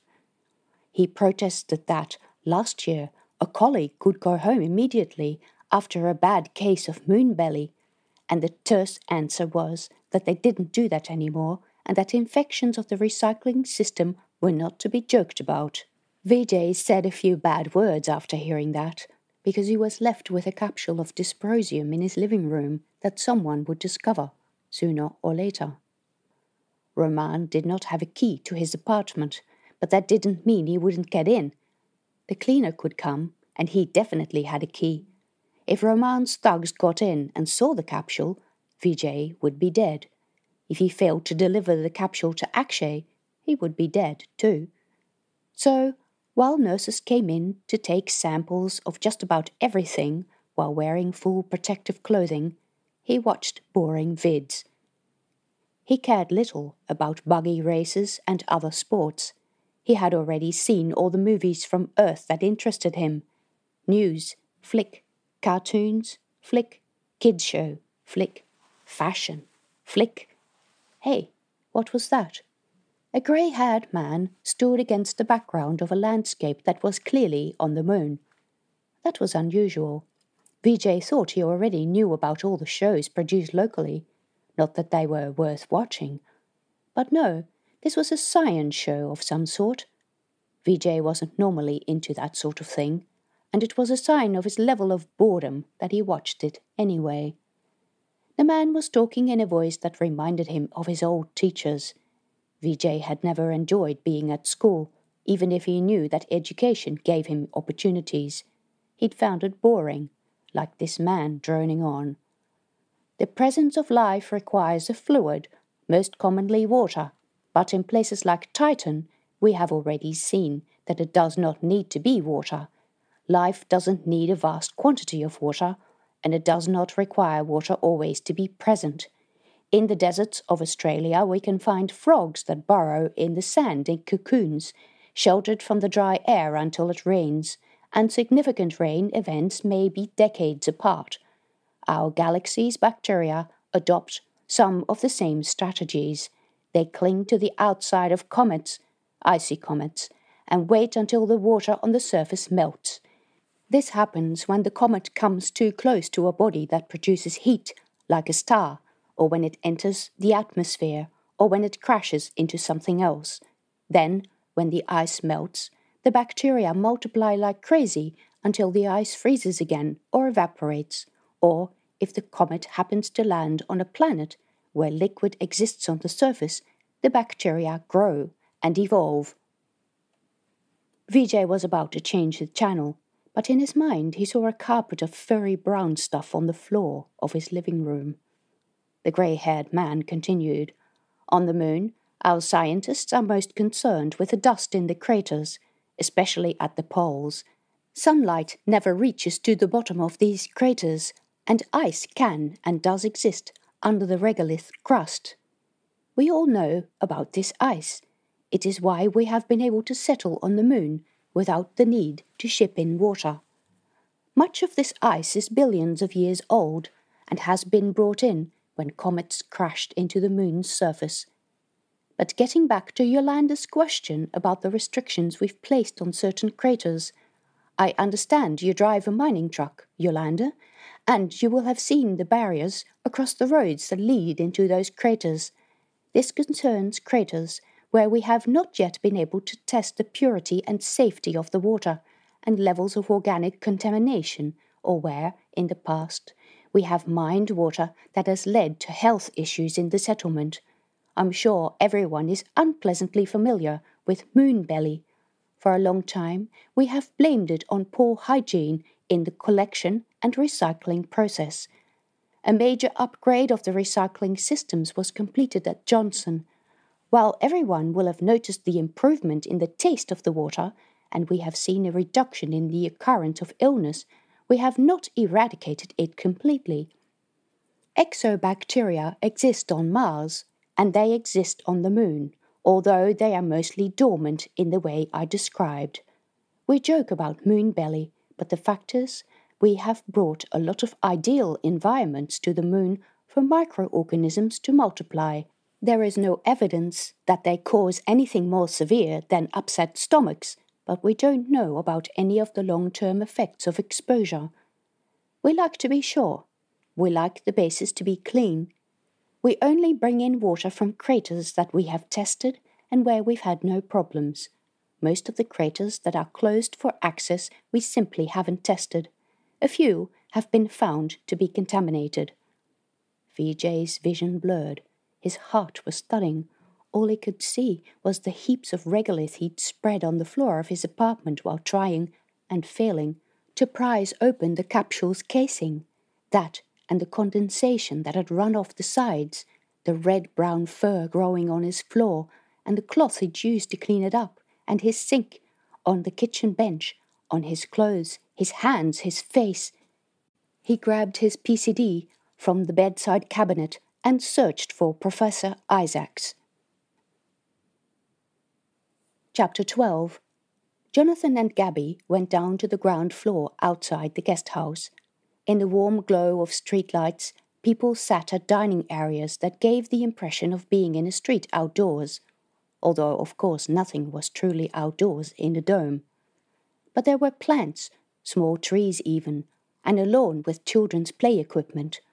Somewhere out of sight, in the top of the dome, fans maintained a gentle breeze that was usually warm, but would bring the occasional bite of cool, dry air that reminded people that they existed in a little fragile bubble that protected them from death in seconds.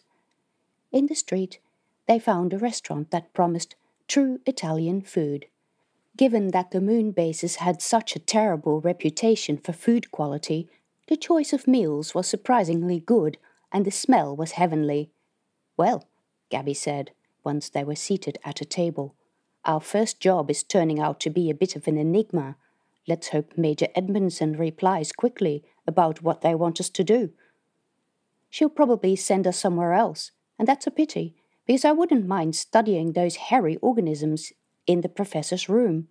But at least it looks like they finally got a handle on Moonbelly. The recycling plant looks great." She laughed. "You're an incurable optimist." "What? You should know that as a doctor.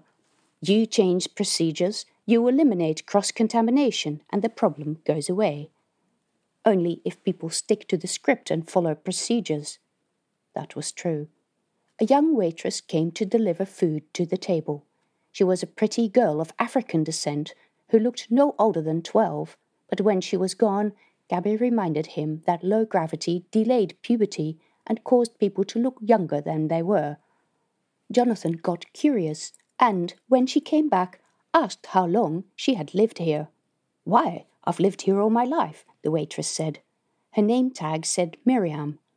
"My man works in the metal factory and we couldn't afford to go anywhere else." "Wait, you're married?" "Yeah, of course I am." "You look much younger." "No, I'm 25. I own this restaurant." "Selling Italian food?" He glanced at her frizzy hair, in very African plaits adorned with white beads. "Yes, my family used to live there. My grandfather went to Italy as a refugee. He lived in the camps and later he got out and worked in a restaurant. Then he bought the restaurant. We've always been in that business." "Is it a good business?" "It's okay. You meet lots of people." "But?" "But what? You sound like there is a but." "We may have to leave Johnson." Her eyes glittered briefly. "Why?" "Oh, my man got involved with the wrong kind of people. No, not that kind of people. Like people who do bad things, but people who, dare to criticize the council and have to face the displeasure of council members." "I thought it was a free settlement," Jonathan asked. Miriam laughed. "Only as long as you don't get in anyone's way, especially Roman Dobrov." "I thought he was on the council." She laughed. "He is on the council. In the pockets of the companies, everything. That man owns Johnson. He owns us." She continued to the next table. Jonathan grabbed his PCD. After a few misspellings, he found Roman Dobrov, resident of Johnson Lunar Base, councillor, worker representative. The image showed the now familiar guy with a shaved head and tattoos, looking at the camera, his arms crossed over his chest. He didn't look like the type of guy who would own anything other than a big truck. "That him?" he asked Miriam as she came past again, carrying more plates. The look in her eyes said enough. "He's bad news. Say one thing against him and you're practically dead. You have to give up your job and leave. Anyway, better keep bringing the food. That's what pays the bills." She laughed and kept walking.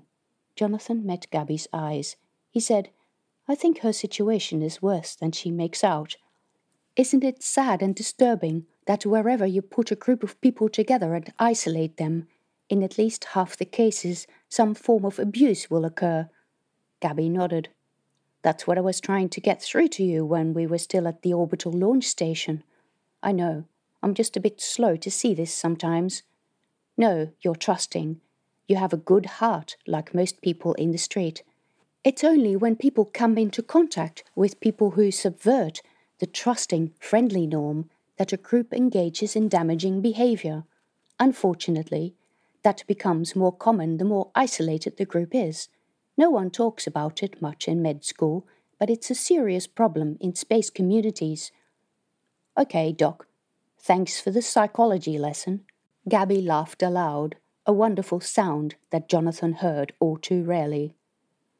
They were here for work reasons and obviously worked together well enough to be sent out as partners. They were friends. But would he risk his job if they ever became more than friends? Having seen the results of his parents' messy divorce, he had studiously kept away from the subject of personal relationships, and had been very successful at that. Too successful, his mother kept reminding him. Whenever she invited people, she usually invited a girl his age, and later even a guy his age. It was amusing how much she tried to match him up with someone, all to no avail. He was not interested, he said, and he hadn't been, but he cared about Gaby in a way he had never cared about any of his friends.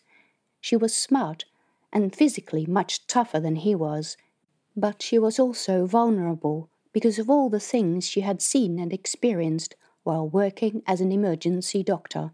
She had seen glimpses into the things that happened aboard the long-distance ships, and it was not always pretty. After Jonathan and Gaby finished their meal, which was excellent, they went for a walk around the settlement. Johnson was small enough for the two of them to stand out, and they attracted a good number of curious looks. Gaby remarked, "This place is pretty, but I can't help shake the feeling that there is something ugly under the surface that sits there waiting until we've gone." Jonathan couldn't find a reason to disagree. When they came back to the accommodation, the nurse who had looked after the professor was waiting for them at the reception. "Trouble?" Jonathan's heart skipped. "I'm sorry to disturb you. No, the professor is not conscious yet, but I understand one of you is an exobiologist." "That would be me," Jonathan said. Chapter 13. Superintendent Yeoman's voice blasted through the microphone, almost at pain level. Akshay turned down the volume, clenching his teeth. He wanted to say, "Look, we're supposed to be running a secret operation here. Don't broadcast our information all over the settlement." But that would be considered giving lip, and one did not give lip to a superior officer. "I'm working on it," he said, muffling his voice and the sound from the tiny loudspeaker with his hand. He was standing outside the apartment that he had managed to hire, and had been waiting for an agent to turn up with a key. Seriously, who still used physical keys these days? Walters just went public with a massive, damaging report about how these criminal schemes continue to run without impunity, and everyone is looking at us to make some arrests. Akshay could see the severe face of Councillor Marion Walters, a tough-speaking woman who loved to give press conferences about how the council was going to fix everything. She'd become fixated on the issue of mining scam operations, probably because she could score some political points for giving back to the community by taking crime seriously, or some such. "For fuck's sake, we're not ready to reveal anything. I'm in the middle of an investigation. I got some people on my tail and missed yesterday's pickup." "Oh, you can't be serious." Akshay winced. A mother with 2 young children walked past, giving him a puzzled look. "Look, all I can say is that I'm working on it. Just back off for a bit until I give you a solid reason to arrest the guy, right? Wait, there is my agent." He cut off the call. A young woman in business attire was coming towards him. "Mr. Sharma?" She was all fake smiles. "That's me." She led him into the apartment. It was a dump, all right, and gave him the keys as well as a long list of rules. When she was gone, Akshay went first to the bedroom and measured up the size of the wardrobe, the sole reason he had hired this dump.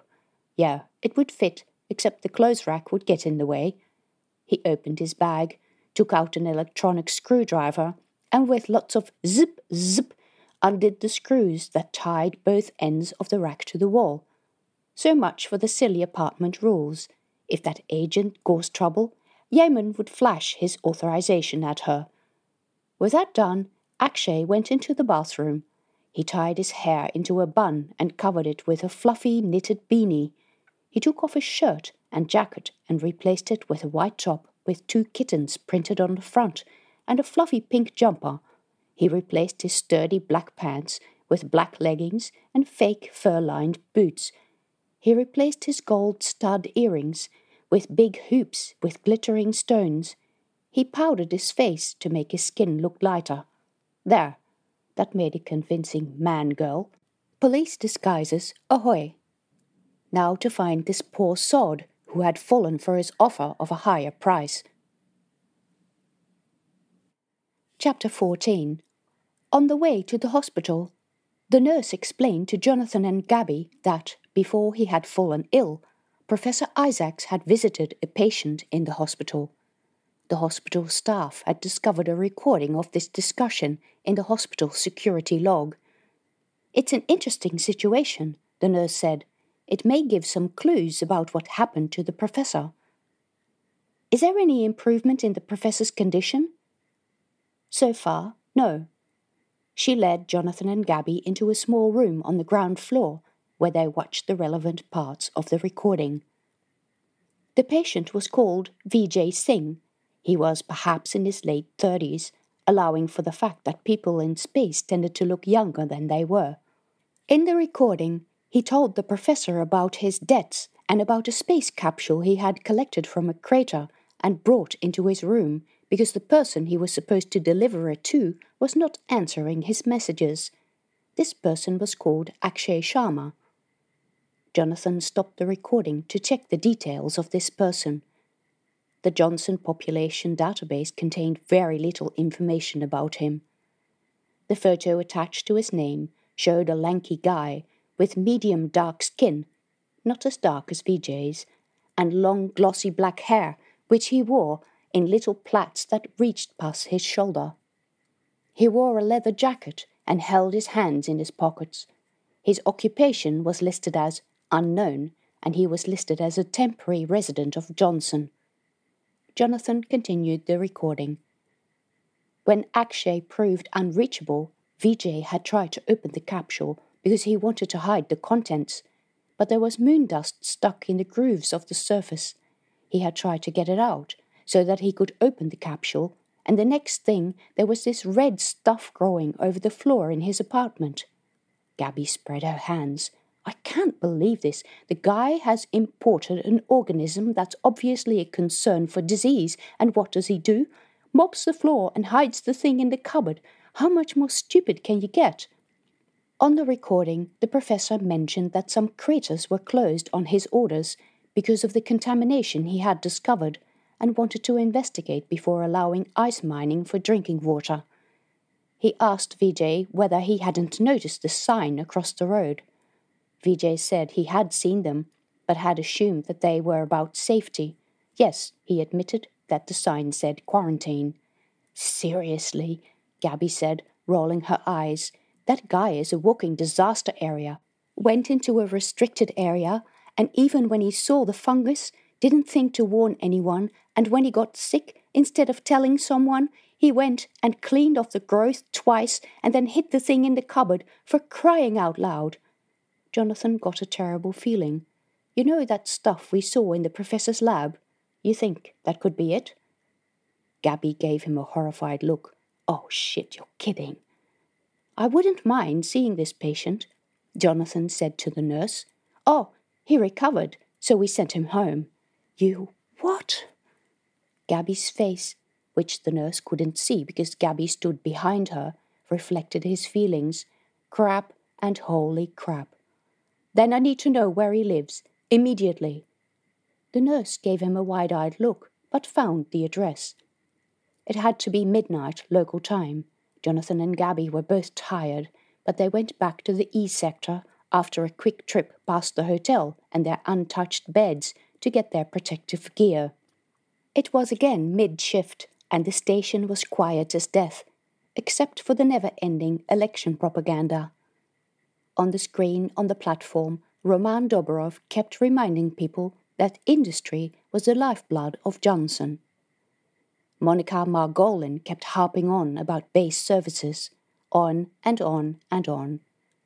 Jonathan was fast becoming convinced that Johnson's residents should receive a medal for being able to tune out to all this stuff. Vijay's apartment was on the bottom floor of the same building where Professor Isaacs lived. The police had strung tape across the doorway, which was open because the door hung off its hinges. Jonathan looked at Gaby. and she frowned back at him. "I really like their way of isolating potentially infectious places." Gaby's voice dripped with sarcasm. They retreated some way into the hallway to put on their protective suits and masks. Then they went back to the apartment, ducking under the tape to enter. Gaby went first. "Wow!" She retreated. Jonathan looked over her shoulder. From the door, he could see into most of the apartment. In the small living room, all furniture had been pushed aside. The floor in the middle of the room was covered in reddish-brown fur. Patches of it also covered the chairs, the table, the door handle, the floor in the hall, and especially the door to a room he presumed to be the bathroom. They went further into the apartment. The furry stuff covered even more of the living room than they'd been able to see from the door. "This grows very quickly," Gaby said, her voice muffled in the suit. "Nasty stuff," Jonathan agreed. He knelt on the floor and scraped some of the furry stuff into a container, while Gaby walked around the apartment. "It looks like there might have been a fight," she said.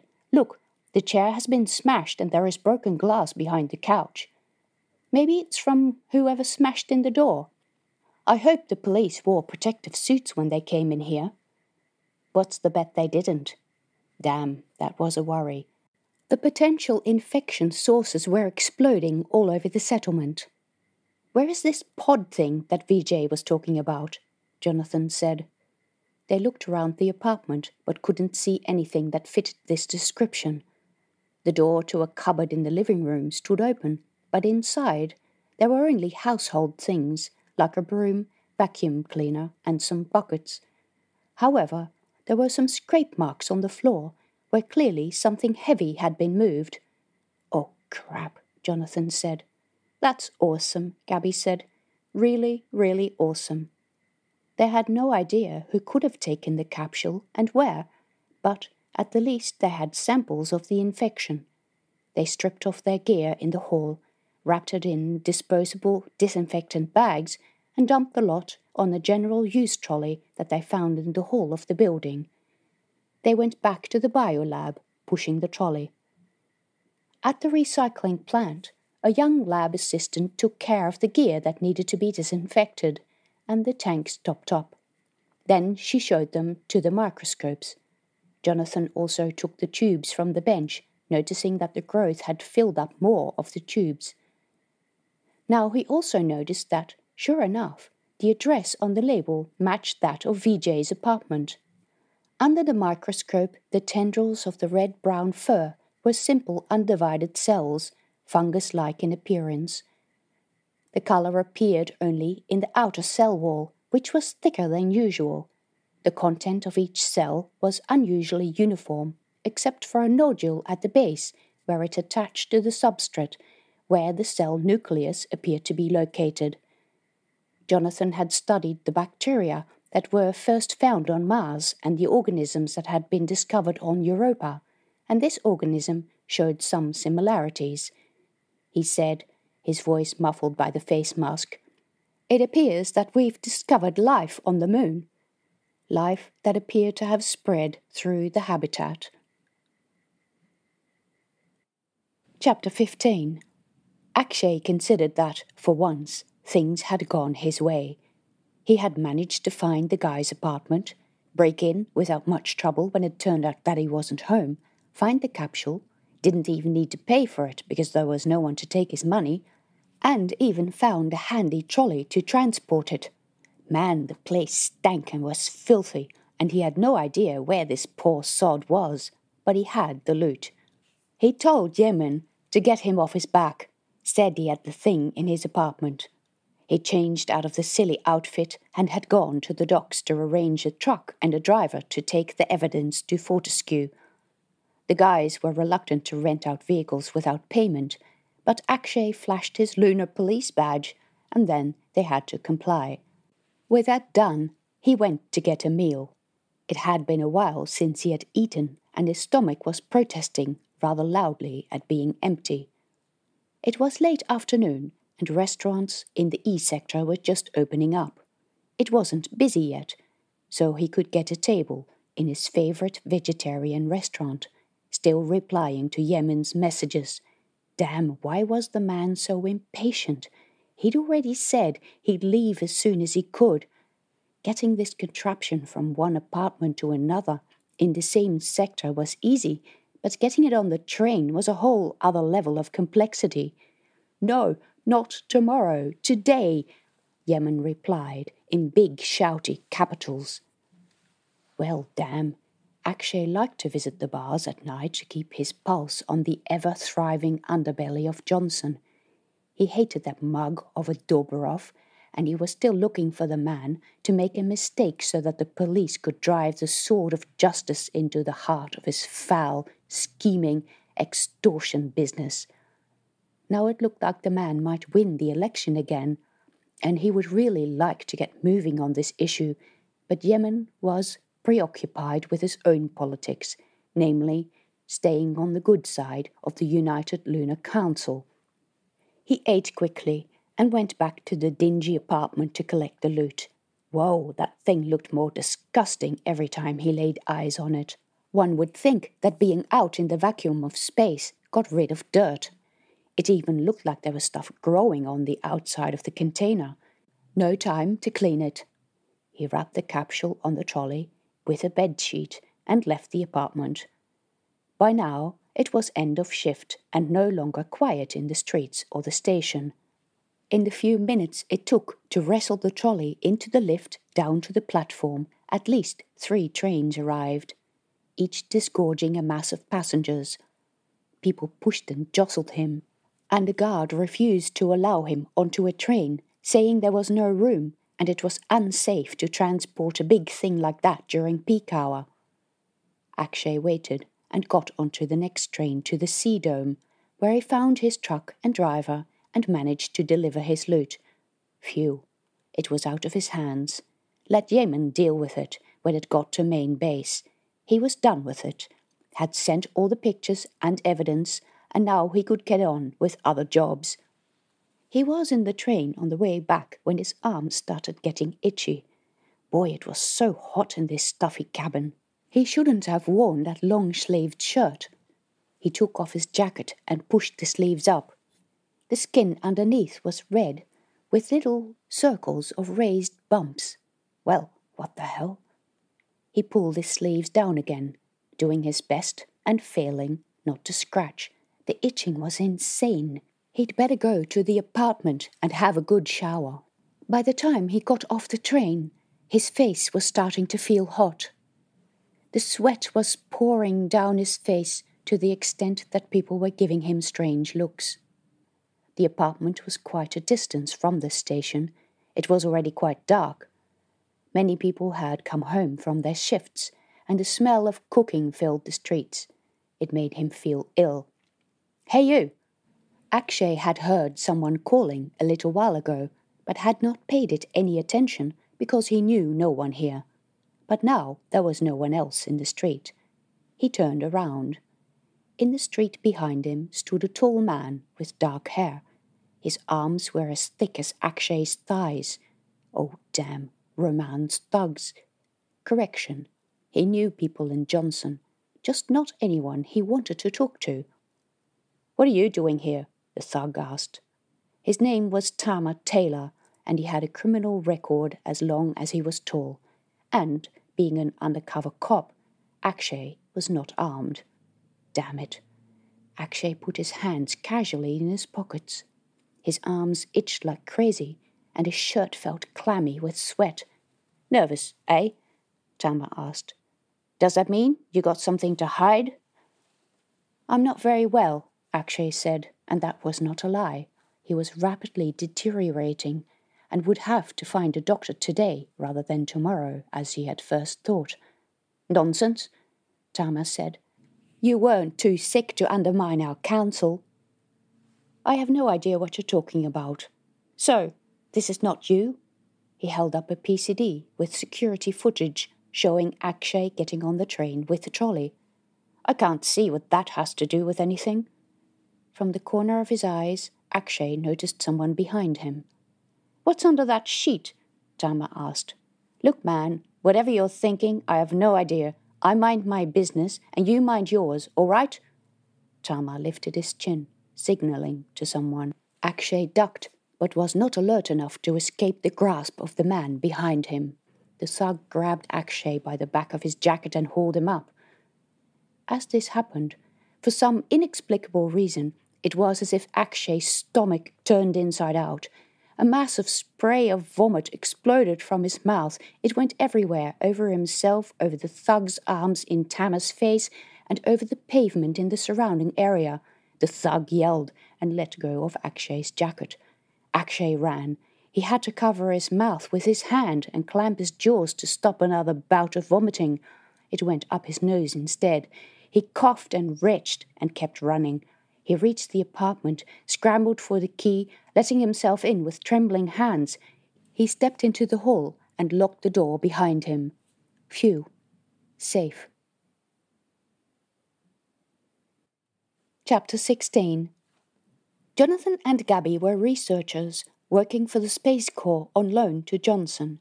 They had no authority to order any searches or manhunts. Those things were the domain of the local authorities. At this time of day, of course, the Johnson Base Authority's office was closed, so Jonathan and Gaby went to the police station, where a young female officer by the name of Deborah listened to their story. Jonathan ended with, "In short, we must meet with the relevant base authorities immediately, and we need your assistance." "Yes, sure." Her face remained strangely unemotional. "I can organize a meeting with the base authorities first thing tomorrow morning." Jonathan shook his head. "No, we can't wait until tomorrow. We have to do this immediately." The policewoman's eyes widened. "Wake everyone up? Now?" "Contamination of this type inside a closed system needs to be dealt with as soon as possible," Gaby confirmed. "We can't afford for this pathogen to get into the community, because it may be impossible to eradicate. We have people who are sick from this pathogen, and we have no idea how badly it affects people. If it spreads, we may have to close the entire base." She sounded self-righteous, as seemed appropriate for the situation, and sounding self-righteous appeared to be a mandatory skill that doctors obtained during their training. The policewoman still looked dubious. "Look, you don't want this to spread through the entire base," Gaby said more forcefully, "especially not when it could have been prevented. The man's name is Akshay Sharma, and he needs to be stopped wherever he or his people have taken this thing." "Sure." Deborah stared at her screen, as if she'd been handed a hot potato and she couldn't see anywhere to put it. "Is there a problem?" Gaby asked. "Do we need to notify someone else? Are we in the wrong place?" No, we can handle it." Deborah started typing. Jonathan and Gaby waited a bit longer, but she said nothing more, except she glanced aside and added, "I've got it all under control now. I'll let you know if we need you." That was their cue to leave, Jonathan guessed. "Did you find her behavior a bit strange?" he said, when they had left the office. "A bit?" Gaby burst out. "Ever since we've come here, it seems like all the officials are petrified that someone might upset their little system. It started with the quarantine officials when we came in. Do this, answer these questions, and you know what? Everyone actually does it. They're just busy on the surface and don't take action when it actually matters." That was true, Jonathan realized. It continues to baffle me why people can't see that these things they do, little things, like that guy trying to clean up the growths in his apartment, are insanely stupid. Yes, and I'm fed up with trying to play their nice little games. That's not why I took on this job. I took it so that we could cut through this stupid bureaucracy. We represent the Corps in these parts. We have to be professional. Yes, professional. She rolled her eyes. We'll do this according to the book. We'll warn all the relevant authorities and let them take action. I don't want to risk botching our first job and dragging the reputation of the Corps scientist through the mud. He'd done enough of that at the orbital launch station. Gaby snorted. just as long as you don't think they'll care about our reputation." Jonathan and Gaby went to the guest house, but there was still no time for sleep. By now it was daytime in Copenhagen, so they could talk to Major Edmondson, which they did together, in Gaby's cubicle room, while Gaby sat at the tiny desk in the corner with her PCD propped up against the wall, and Jonathan stood behind her. Major Edmondson listened to the story and confirmed many of the thoughts Jonathan and Gaby had already discussed. Yes, if this was an infection, it needed to be stopped. Yes, the Space Corps would be sending people, but no, since Johnson was a commercial base, they would not be able to take the necessary steps, like closing all travel to and from the base, in order to stop the infection spreading. Yes, they even knew about the smuggling of rare materials by asteroid belt miners, and they knew that these materials were sent across the solar system in small packages, but no, it wasn't in the Space Corps' mandate to do anything about it.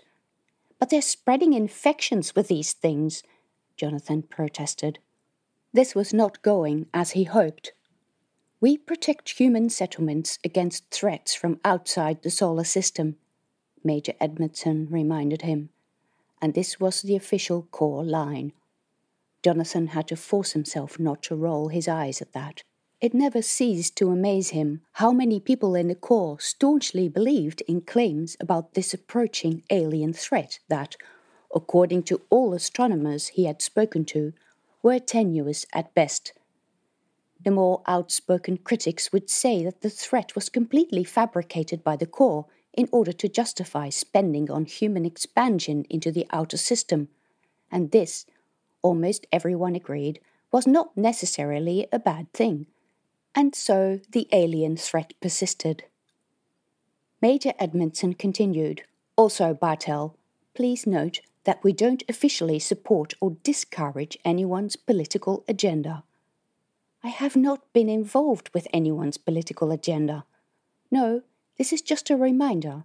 There is an election campaign being waged by two candidates. Some of their promises revolve around base facilities. You are not to comment on any of those. You were sent to assist Professor Isaacs with an issue relating to the base system management. If he is not available, we will assign you a different task. There are plenty of other high-priority cases." Jonathan couldn't hide his frustration after the call had ended. "So, they agree with us on everything, but they will not allow us to assist the Johnson authorities to do anything about it. And then to suggest we shouldn't get involved into politics. Did you see me involved in politics? Remind me again why I signed up." "To assist in projects that require exobiology," Gaby quoted from their job description. "Smart-ass." She smiled. Jonathan spread his hands. "I can't believe this. It does not require a specialist to see that, yeah, you have a bad contamination of your base. It's being propagated by criminal activities, and if you do nothing, everyone is going to be infected and a lot of people could die. Wouldn't the logical step be to help fix it and suggest how to avoid it in the future? The Space Corps is a large organization. Large organizations aren't known for applying logic. I did warn you." Jonathan blew out a breath. She was right on the latter account. It was none of the business of the Corps. They merely provided assistance. It was just that it would be nice to leave here with a feeling that the situation was in capable hands. "So what next? We get assigned to another project because Professor Isaacs is unavailable, and if we're lucky, we get to write a report about this infection, and maybe the Johnson authorities get to see it, but they won't care because they'll all be dead." He spread his hands. "Something like that. At some point, you just need to turn off and stop caring about this stuff." "But I can't stop caring." "I know. That's why I signed up to do this with you." "You're kidding." Jonathan let his head sink into his hands, wiping his face. His eyes felt scratchy from the lack of sleep. "Oh man, I need some breakfast." "Then let's go down and get some." It was still a bit early, but they went down to the street anyway. The Italian restaurant with its owner of African descent was still closed, but a breakfast bar served steamed rolls with syrup. It was a bit of an odd combination, but it tasted good enough, and Jonathan and Gaby ate while sitting at a tiny table in the street. Above the dome, the large shutters had moved, so that the perpetual sunlight at the moon's pole filtered through an opening that increased in size. The various reflectors were tinted to give the impression of morning light. They also displayed the logo of Lunar Explorations on several of the panels. Jonathan looked at it, a sickening feeling growing in his stomach. These companies own everything here. It's even worse than being in the military. At least in the military, you know where you stand. The superiors can be dicks. They often are. But they will always stick to the rules. You know what the rules are? They know what the rules are. Nobody writes the rules without telling you. Yeah, if Johnson was a military base, every single person would have been required to strip down and take a disinfectant bath or something else equally humiliating until someone confessed where the missing capsule and the missing person were. Exactly, Jonathan said. It felt good working with her. They had their disagreements, but mostly they agreed on important things. Gaby was just a lot quicker to anger. She looked tired now, and he felt frustrated. There has got to be another way to handle this, Jonathan said. We'll be taken off this case today or tomorrow, and Johnson will be left with a problem that has become political. And you can't make base services a political football. Someone needs to act quickly. While we're talking, and they're trying to convince people, some criminal figure has this capsule and is spreading the infection through the entire settlement. Gaby gave him a dark look. Jonathan blew out a breath. Screw hanging around here and waiting for another project. Screw the rules. I don't want to see this settlement become useless because of infection. I don't want to be blamed for being here and doing nothing, even if we were told to do nothing. Let's hunt this idiot of an Akshay down. Gaby smiled at him. Chapter 17. With shift about to end, it was quite busy in the hall in the Sea Dome. Workers hung around in the staff rooms, waiting for their transport to come to pick them up and take them to their jobs at the mining plants. The tech crew were busy completing the last maintenance jobs on the harvesters and other vehicles. Close to the airlock, people were boarding a bus, one of those silly things that took tourists around. Hey, look, Chuck said. It's that woman. That woman, meaning Monica Margolin. It was, too, complete with her smart hairdo and stylish clothes. Tama snorted. Politicians. Remember to kill me, if ever I start to sound like that lot. No sweat, man. We deal with too much vomit as it is, without having to deal with the verbal kind. Yeah, you still stink of it. Next time remind me to rub your face in it. You got no sense of humour. It was funny, you got to admit. No. And that came from the bottom of his heart. He had spent enough time as a kid listening to his mother vomiting in the bathroom when she thought he couldn't hear her. He could still see her skeleton under her skin, wrinkled through sheer hunger. The doctors had all kinds of fancy names for it, but all the while she fed him breakfast and dinner, never eating herself. With the smell of vomit clinging to her like a second skin, she was dying of starvation. The boss is going to be pissed with us that we let him go, Chuck said. He won't care about the schlemiel if we get the loot, Tama said. He knew this type of boss cared more about money than people. Eventually they found out that no one would protect their back. Too late, usually. He'd been in Johnson for only a short time, but already wanted to leave. The money's good, his friend had said, but Tama didn't like this place. Something was off, and it smelled worse than Chuck's farting. Tama didn't say anything about it to Chuck and Ben. They were just too stupid to see it, especially that oaf Ben. Look at him now. Man, can you sit still and stop squirming? I told you the cameras pick up movement. If we're going to hold a knife to someone's throat, we don't want it to be caught on camera, do we? No. Then fucking do as I say, or it's the only way to get you to stand still to put a bullet through your brain. No. Tamar glanced into the hall. Right, we're in luck. There's our driver. Go. Ben didn't move. What's wrong with you? Fucking go. Yes, sure. Ben took a step, and then another step, and then he dropped the knife. He seemed to freeze and, as if in slow motion, toppled over. He hit the floor with a sickening thud. Shit, Chuck said. Both men ran to their mate, who lay out cold on the floor, a dark stain spreading over his pants. You can say that again, Tamar said. They weren't the only people who had seen Ben collapse.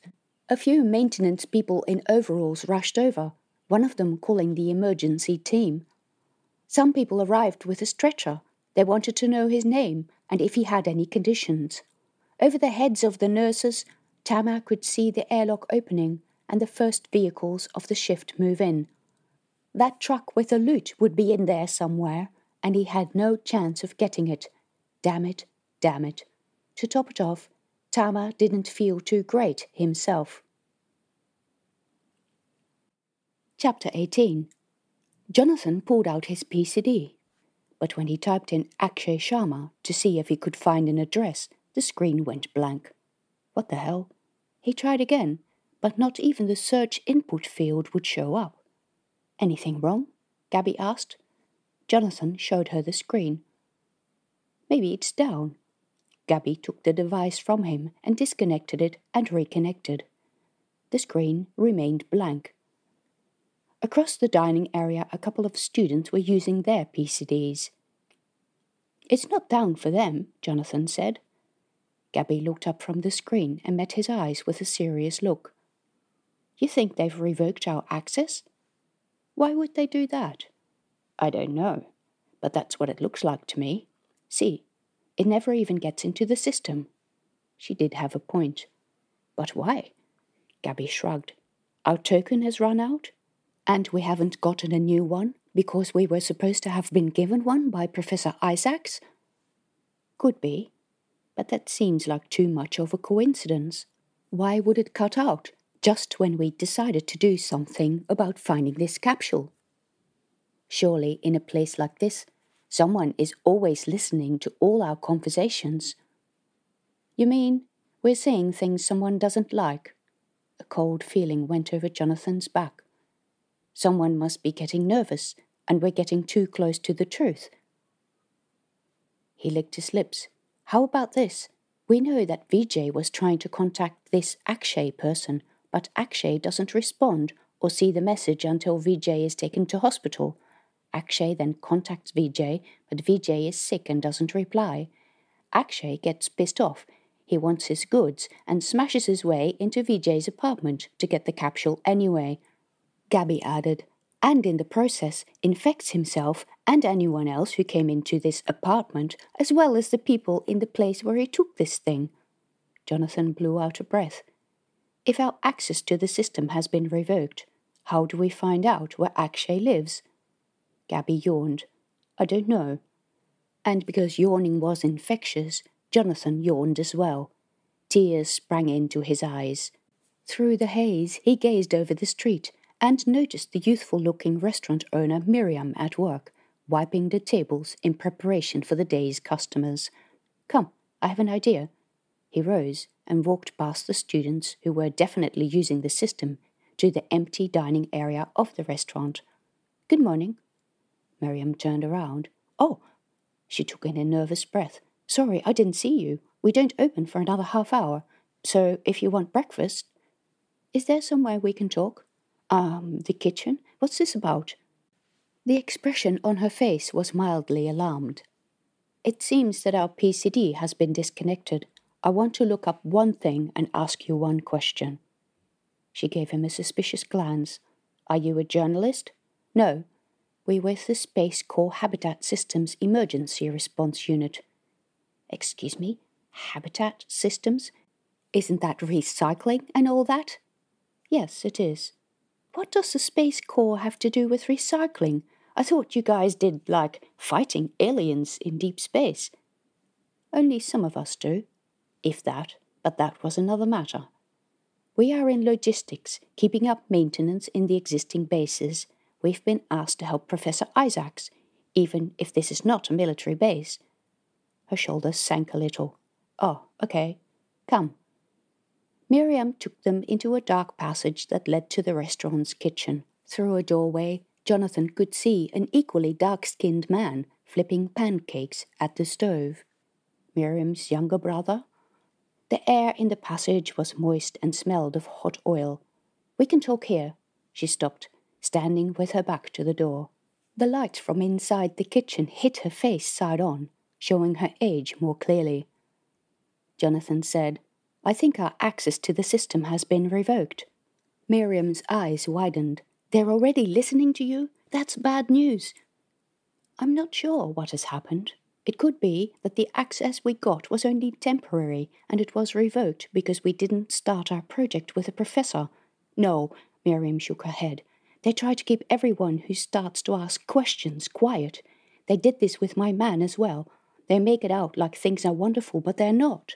They means the Johnson Base Authority? Miriam nodded.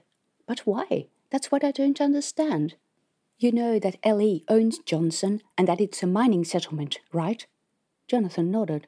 Well, they're not actually making a profit. My man knows this because he's an accountant. He does LE's Johnson accounts and he tells me it's bad. But he's been told that he's not allowed to talk about this to anyone. LE tells him that? Oh no, they are too big to care. It's the council, especially that Roman Dobrov, who's frightening him so much that he wants to leave his job.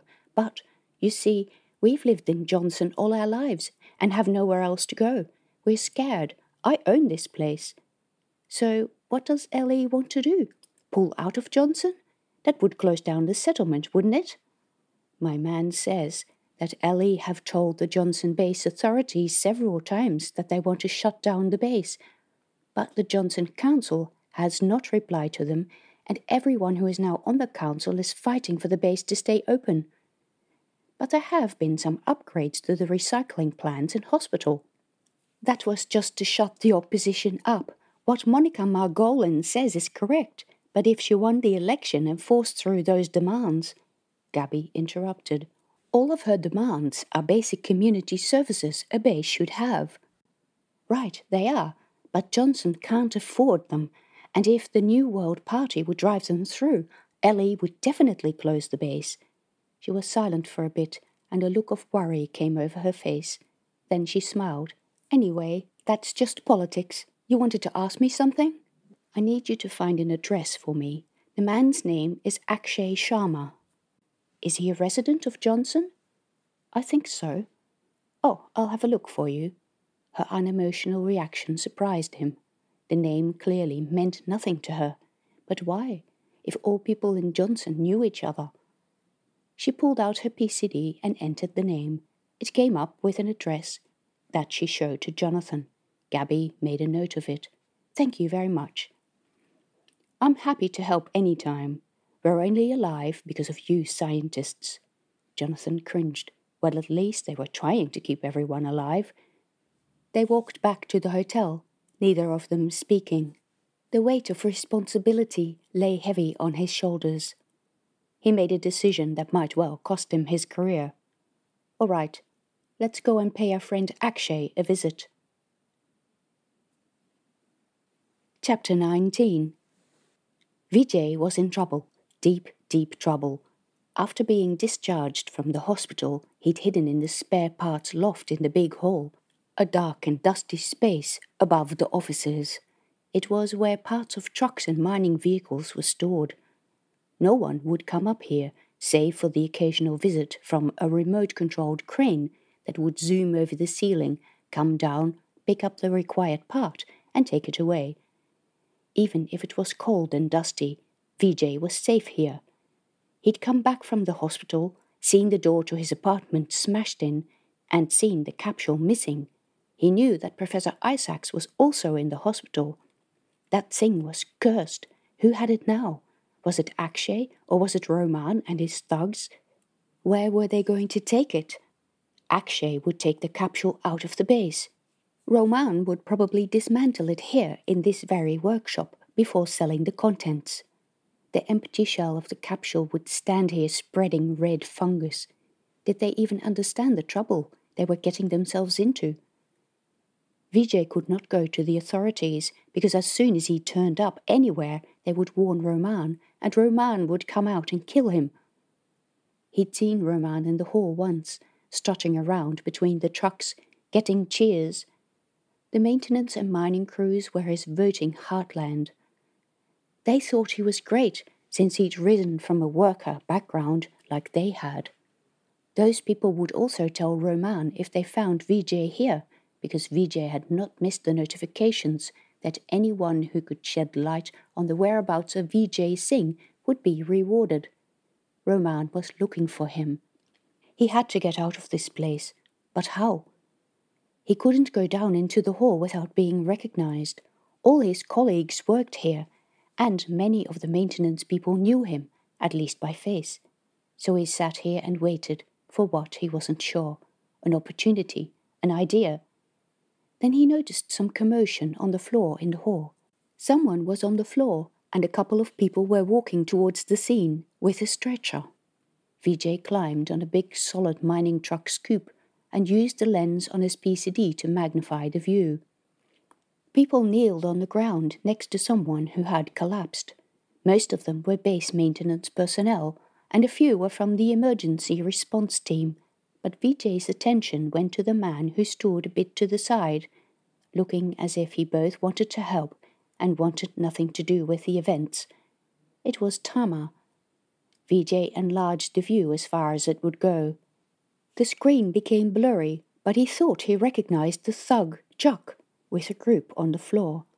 As he watched, Chuck hunched over, clutching his stomach. One of the emergency workers handed him a bag to vomit into. Someone shouted on the other side of the hall. At the airlock, which had just closed, a maintenance worker sat on the floor, vomit over the front of his suit. People rushed to him, and he pointed at the airlock. Vijay had watched floor workers load something wrapped in white cloth into the hold of a truck a bit earlier. What was the bet? That this was the capsule, that somehow Akshay had obtained it, and it was being taken out of the base. Oh, damn it. If someone finally discovered him here, he'd not only be charged with dealing in smuggled goods, but also with spreading an infection. He wished with all his might that he had not gotten involved in this business, or that he, when faced with a quarantine sign across the road, had not thought that rules didn't apply to him. The professor had known. The professor was now in hospital. Oh, damn. Oh, damn. Chapter 20. The address that had come up on the database as Akshay Sharma's was in the E-habitat on the edge of the dome. Before getting on the train again, and by now they knew the train system and the ads at the stations really well, Jonathan and Gaby went back to the lab to collect their gear. The suits had been decontaminated and wrapped in a blue degradable plastic cover, and the tanks were filled. They gathered a few strange looks when pushing the trolley through the underground passages to the station, but they arrived in the E-dome without trouble. In the area where Akshay lived, the apartment blocks were newer, but also bigger, with a more uniform appearance. There were no pretty parks or nice balconies either. Since the temperature in the dome was regulated, many of the apartments didn't even have glass in the windows, and sounds of talk and crying children drifted from inside the apartments. Walking past the giant blocks, Jonathan's heart sank. If the infection had spread to a building like this, then they had pretty much lost the battle already. They found the apartment on the ground floor. It had to be one of the least desirable units in the building, right at the bottom of the stairs and next to the lift column, where people would walk past day and night. This confirmed Jonathan's thinking that Akshay was not a regular resident of Johnson. Maybe he only hired the unit so that he could pretend he was a resident. Jonathan knocked on the door, but no one answered. Guess that was to be expected. The unit was on the ground floor facing the street and looking out over a fairly busy street. According to the map, it looked like there was a service alley along the back, so Jonathan and Gaby walked around the block. The alley was a dank place, full of recycling bins and delivery boxes. The block of units had a small courtyard at the back, surrounded by a wall. Jonathan used his PCD to determine when they were at the back of Akshay's unit, and Gaby rolled a recycling bin across the alley and climbed on top. She looked over the wall. "There is a back door into the apartment. How good are you at breaking into places?" "Is there anything interesting you can see that justifies breaking in?" "There's a solid door, so I can't see. But if there is any breaking in to be done, this is the place to do it. Come up." Gaby held out her hand and helped Jonathan on top of the bin. He looked over the wall and got a view of a tiny concrete backyard that ran along the back of all the units.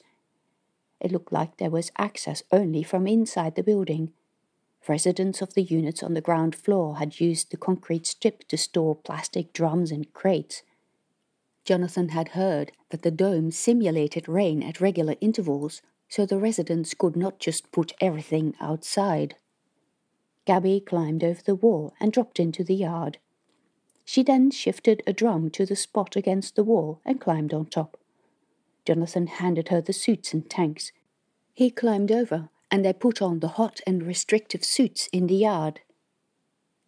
They tested the back door of Akshay's apartment. It was closed, but Gaby said it was only a simple lock.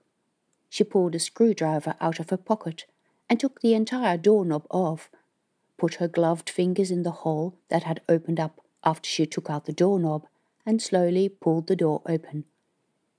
The inside of the apartment was so dark it was as if light vanished there. "After you," Gaby said.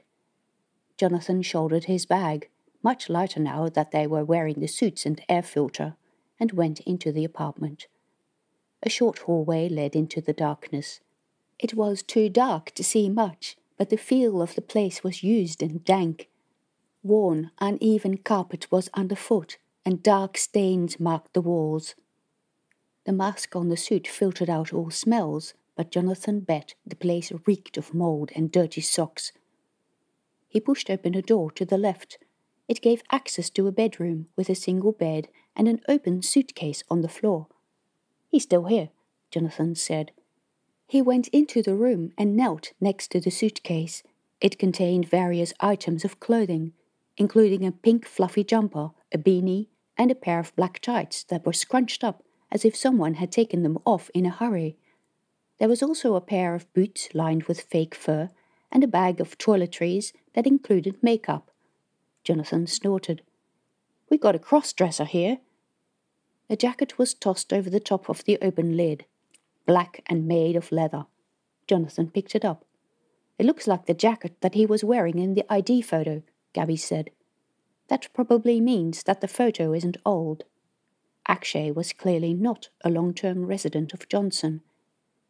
Jonathan was about to put the jacket down when something amongst the clothes caught his eye. He dug into the clothes and retrieved another shirt. It was grey and said Lunar Civilian Police. The badge with a number was still attached to the chest. Gaby's eyes widened. He's an undercover police officer. Holy crap. Everything made so much more sense now. He would have been trying to buy the smuggled material as proof and taking all the contacts to an investigation. But where was the capsule? And where was he? The bed had been slept in. The clothes tossed around as if he planned to return soon.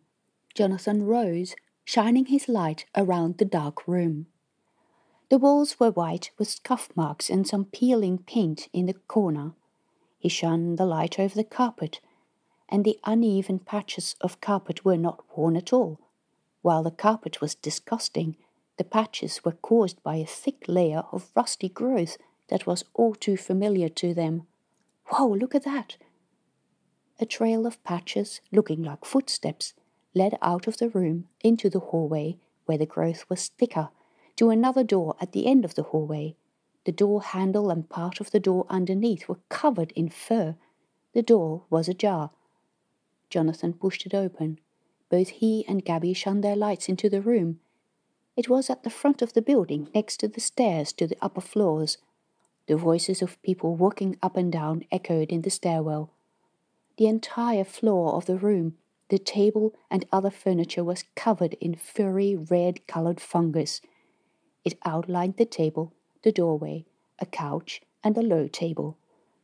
There was also a fur-covered human shape on the floor, like a macabre, life-sized teddy bear. "I think we found Akshay," Jonathan said.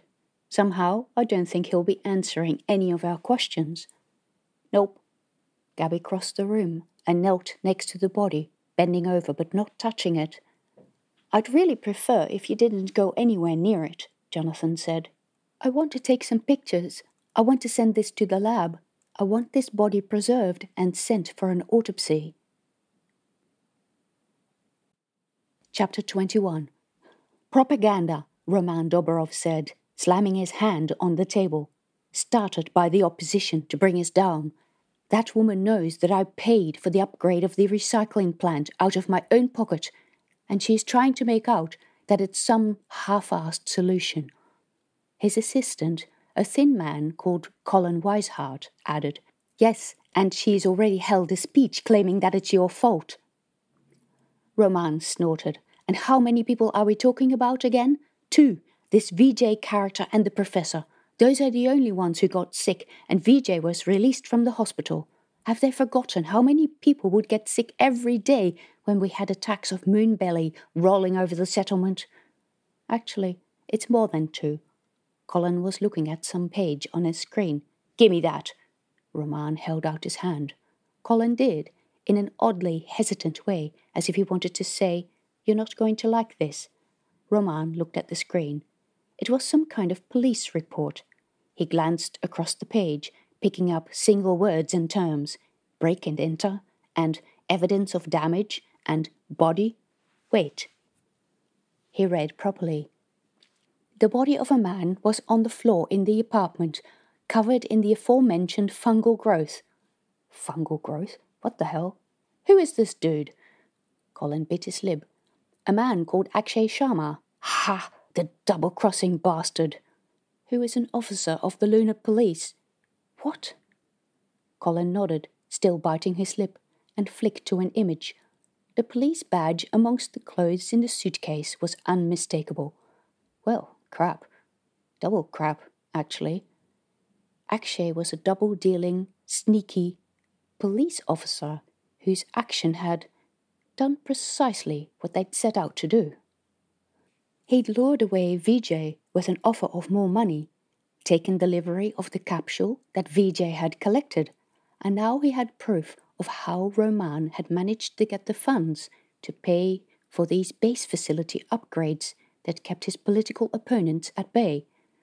Oh crap. Oh crap. Did the report mention an unusual object in the apartment? Roman read it through twice, but he could see nothing mentioned. That could mean only one thing. He knew that Vijay had collected the thing. He knew it wasn't in Vijay's apartment. He knew it wasn't in Akshay's apartment. That meant Akshay had delivered it to his people. Not just people. Police. And the capsule had likely left Johnson already. Counselor, someone wants to talk to you." "Put them through." Let the circus begin. This was going to require blunt force to survive. But the person on the other end of the line wasn't Monica Margolin, as he had expected. It also wasn't a journalist or someone from main base demanding the answers to questions. It was one of his helpers, who happened to work in the communication center that controlled traffic in and out of the base. "Excuse me for interrupting, boss, but we have an issue. A truck stopped outside the main airlock and it's blocking access to the base. I want to know what to do." "That is not my business. Tell the police." "We did." It was followed by an ominous silence. And, no, he did not like the sound of this at all. They had a look. "The truck is covered in this fungus. The entire inside is covered in it. 2 people inside, both dead." "Who are they?" "Local drivers. The truck is logged to go to main base." That tingly sense of foreboding crept over his spine. What did they carry? The cargo room contains a piece of equipment we can't identify. Wait, I'll show you the picture. Sure enough, the image showed the familiar rectangular shape of the capsule he expected, covered in red furry stuff that did not seem to suffer in the vacuum of the moon's lack of atmosphere. Oh damn, oh damn. What do you want us to do? Shoot it. Excuse me? Tow it away and shoot it to bits. He could see the scandals and the headlines splashed across the news services. He could see Monica Margolin's face. He could hear the director of Elliot talking to him over the radio. That's not a big disaster. We were going to close the base anyway. This merely brings it forward. I'm afraid I don't understand. Did you say, blow it up, push it in a crater, I don't care, get rid of it? He could not be seen as the person who single-handedly brought down Johnson. He ended the call, and then called another number. A woman answered. I need Tama, he said, without any introduction. He'd have a word with him about letting a girlfriend answer the secret phone. I'm sorry, but Tama is in the hospital. Chapter 22. The situation was even worse than Jonathan had initially thought. Up until now, they had been joking about moon belly and bad cooking. But this was something different altogether. This organism could kill pretty damn fast. When the police turned up, Jonathan instructed them to wear protective gear, and Gaby told them how far to stay away from the body or any fur. They wanted to know how they were going to move the body if they couldn't touch it, and Jonathan said that it might need to be incinerated. The officer's eyes widened through the visor of the hood. What? Before the next of kin can be notified? This is serious. He could not hide his frustration. They were still sticking to a government-imposed rulebook. All the authorities need to be notified so that we have a chance to stop this. If it could still be stopped. We need to know who else has been in contact with these people. We need to know where the blasted thing is that's the cause of this infection. We need to isolate the people who are sick. The professor, the workers, this idiot Vijay wherever he was. The police said they understood and they would take the necessary action. After they left, Jonathan and Gaby ducked underneath the tape they'd strung around Akshay's apartment, rinsed off, and took off their suits. It had been hot inside the suit, and the sudden feel of cold air on his skin made Jonathan shiver. You know, I really don't like the lame excuse of a barrier that these people set up as exclusion zone.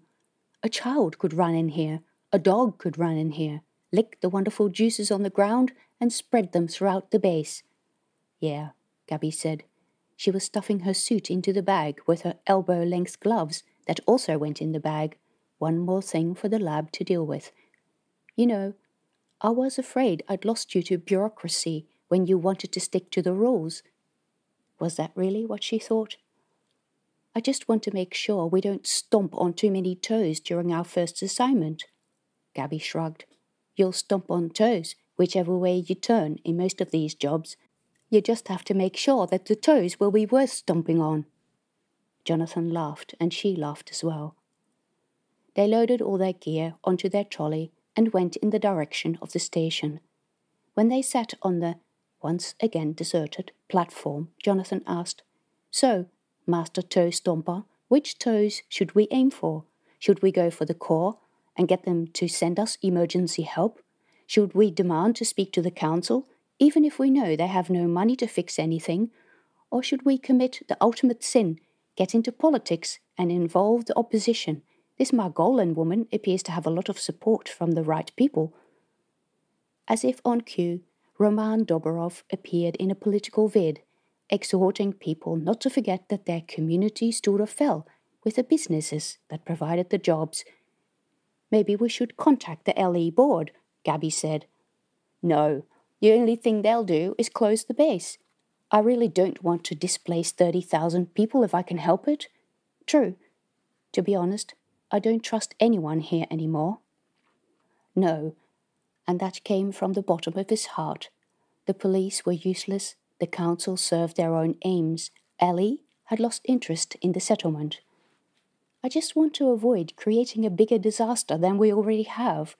I don't feel that we've done enough if the base is forced to close. Yeah, Gaby said, and then she said nothing for a while, deep in thought. Then she continued, sometimes in the hospital I had to give patients really terrible news. It's part of this type of job. Not the worst? No, not the worst. The worst part is to deal with a bureaucracy that doesn't care about people. If you tell a patient that he's going to die, most people subconsciously already knew that. Some are angry and some are sad. Some want to know what can be done. And then sometimes you have to tell them that if they were on Earth and there was the best medicine available, they might live a few months longer. But most of the time, people want the inevitable not to drag on forever. It really sucks, but if you work in the medical profession, you have to come to terms with the fact that people, a lot of people, will die while you're watching, or that you're going to have to cause them significant pain to help them survive. It's part of the job. In our job, we're doctors for habitat operation systems. If there is something wrong, we'll fix it, but sometimes systems will be so broken that it's out of our hands. I refuse to believe that would be the case for Johnson. It's our first assignment. Did I ever tell you about the first patient I treated on board the deep space cruiser Perseverance? No. Do I want to hear this? Probably not. Jonathan blew out a breath. Sure, the science they had learned about recycling and atmosphere maintenance was complicated, but none of it compared with the fact that it kept people alive, and people were messy. They didn't stick to rules and always managed to do things for strange reasons that no one had ever considered before. We need better exclusion zones. We need more suits. We need medicine. We don't even know what we're dealing with. We have no medicine. We need to start developing treatment, and the best thing to do that is to examine people who are resistant. Vijay, Jonathan said. He got sick, infected everyone, and then got better again. Yup, if we can find out where the bastard is. Jonathan balled his fist. He wasn't going to accept defeat without a fight. So the core it is, then? Gaby said. This is what the manual calls an acute situation. An emergency. Yeah, pretty much a textbook case. We're heavily outnumbered, don't trust the authorities, and can't isolate the people who are most likely to cause harm, because there may be too many of them. Jonathan blew out a breath. I never thought we'd need any of those emergency procedures on our first assignment, but we need someone here to take and enforce proper action. Yes, they both agreed on that. The core it was. Chapter 23. Vijay sat with his knees drawn up to his chest on the dusty floor of the loft. Down in the hall below, guards cleared everyone out. This was not easy because many people were sick. There were not enough stretchers, not enough medical personnel, not enough protection suits. Vijay expected to get sick again, expected to start vomiting or shitting his pants like the people below. He expected to die because people were dying. He'd heard that on the news. But he did not do any of those things. He was hungry and cold. Guards came and put up tape across the hall's entrances. Then a heavily suited group of men came in and carried boxes into a truck. Vijay wasn't sure what was inside, but managed to make out the word explosives. Apparently, someone in the control room didn't agree with whatever the plan was. He opened the window and shouted across the hall, "It's a disgrace! You should be ashamed of yourself!" Vijay had no idea what that was about. The men got into the truck and went into the airlock, which the control room refused to open. There was a lot more shouting, after which the driver of the truck operated the airlock hatch from the panel next to the door. Then the hall became deathly quiet for a while. It was freezing. Vijay had just decided that he was going to give himself up when one of the doors opened with a loud banging and a crash. A stream of people ran in, heading for the trucks. They were ordinary citizens, some of them even with children, most of them carrying bags.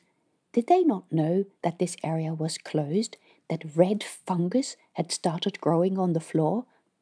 The people who fought crammed themselves into trucks, and more people came in. The first truck went up to the airlock. "Let us out of the base," people shouted. "Let us out! Let us out!" Others took up the chant. The news of the disease had to have been spreading. Now there was panic and citizens wanted to take their families to safety. Guards ran in. One of them shot at the wheels of a truck. The discharge echoed painfully in the hall. A man in the control room called through the announcement system, "Please be calm. We have everything under control. Please remain calm." No one took any notice. A couple of citizens ganged up on a guard. "You let them die," a woman screamed. "You let them die and burn the bodies so that no one would find out." "Down with the council," a man shouted. Others took up that chant. Here and there people in the hall were sick. They lay on the floor, they vomited, or they simply collapsed and did not move. There were so many sick people and so much vomit. Vijay wondered, why was he not sick? He'd been sick, but he had recovered. Did this mean that his body had some sort of resistance? Vijay knew about resistance, the disease type. He remembered being taught about the hunt for new antibiotics, made necessary by resistant bacteria. He remembered how a completely new type of antibiotic had been developed after the deaths of many people, based on a single mutated gene in a live culture. Resistance was important in many different ways. He was resistant. He could mean the difference between the closure of lunar bases and their success. Vijay made a decision, perhaps the most important, certainly the bravest decision he had ever made, and he was no hero. He rose, on his legs stiff with cold, and descended the ladder. Someone shouted, "Look, there he is! It's Vijay Singh!" A woman screamed, "Traitor! Filth! What did you think, bringing disease into our base?" Vijay was not good at speaking to groups, and his hands were trembling with nerves. "Do you know what's going on?" he called out. "Do you know why I collected that capsule? Do you know who it was for? It was for your dear Councillor Doborov, who held me to ransom for years because he loaned me money that I desperately wanted to repay." Guards were climbing up the ladder. Vijay kicked at them and stomped on their hands. "Do you know how much or how little he was going to pay me? Do you know how much it costs to send a child to a good school in Mumbai?" "He's right," a woman shouted. "He loaned my family money too. Every time I want to pay it off, he asks more interest or some other rubbish thing." A guard managed to get hold of Vijay's trouser leg and pulled him down. Vijay slid down the ladder, hitting his head on one of the rungs. "Ouch!" Strong hands pulled him up. "Let's take you to the police," said one, his voice muffled inside the helmet. "You have some explaining to do." "I can help you fight the disease," Vijay called. "I've recovered. I'm resistant. Take me to the hospital." As he was dragged from the hall, a riot broke out. Chapter 24. When Jonathan and Gaby came out of the station in the Sea Dome, they encountered some sort of commotion in the central square. A group of people ran past, followed by guards. A huge group of people stood on the grass, many of them with young children. A female voice Jonathan now recognized as Monica Margolin's came through a loudspeaker. "Everyone should be calm and wait here. We no longer trust a council that orders the incineration of our dead loved ones before the families have had a chance to arrange a funeral, and then lies about the men having died in a truck fire." A cheer went up. "We no longer trust a council that, instead of informing people that there is a problem with contaminated dust, chooses to hide it and endanger our entire base." Another cheer. "Look at these images that we have managed to intercept from a communication with Councillor Doborov." A screen behind her flickered into life. "This is the truck he ordered destroyed."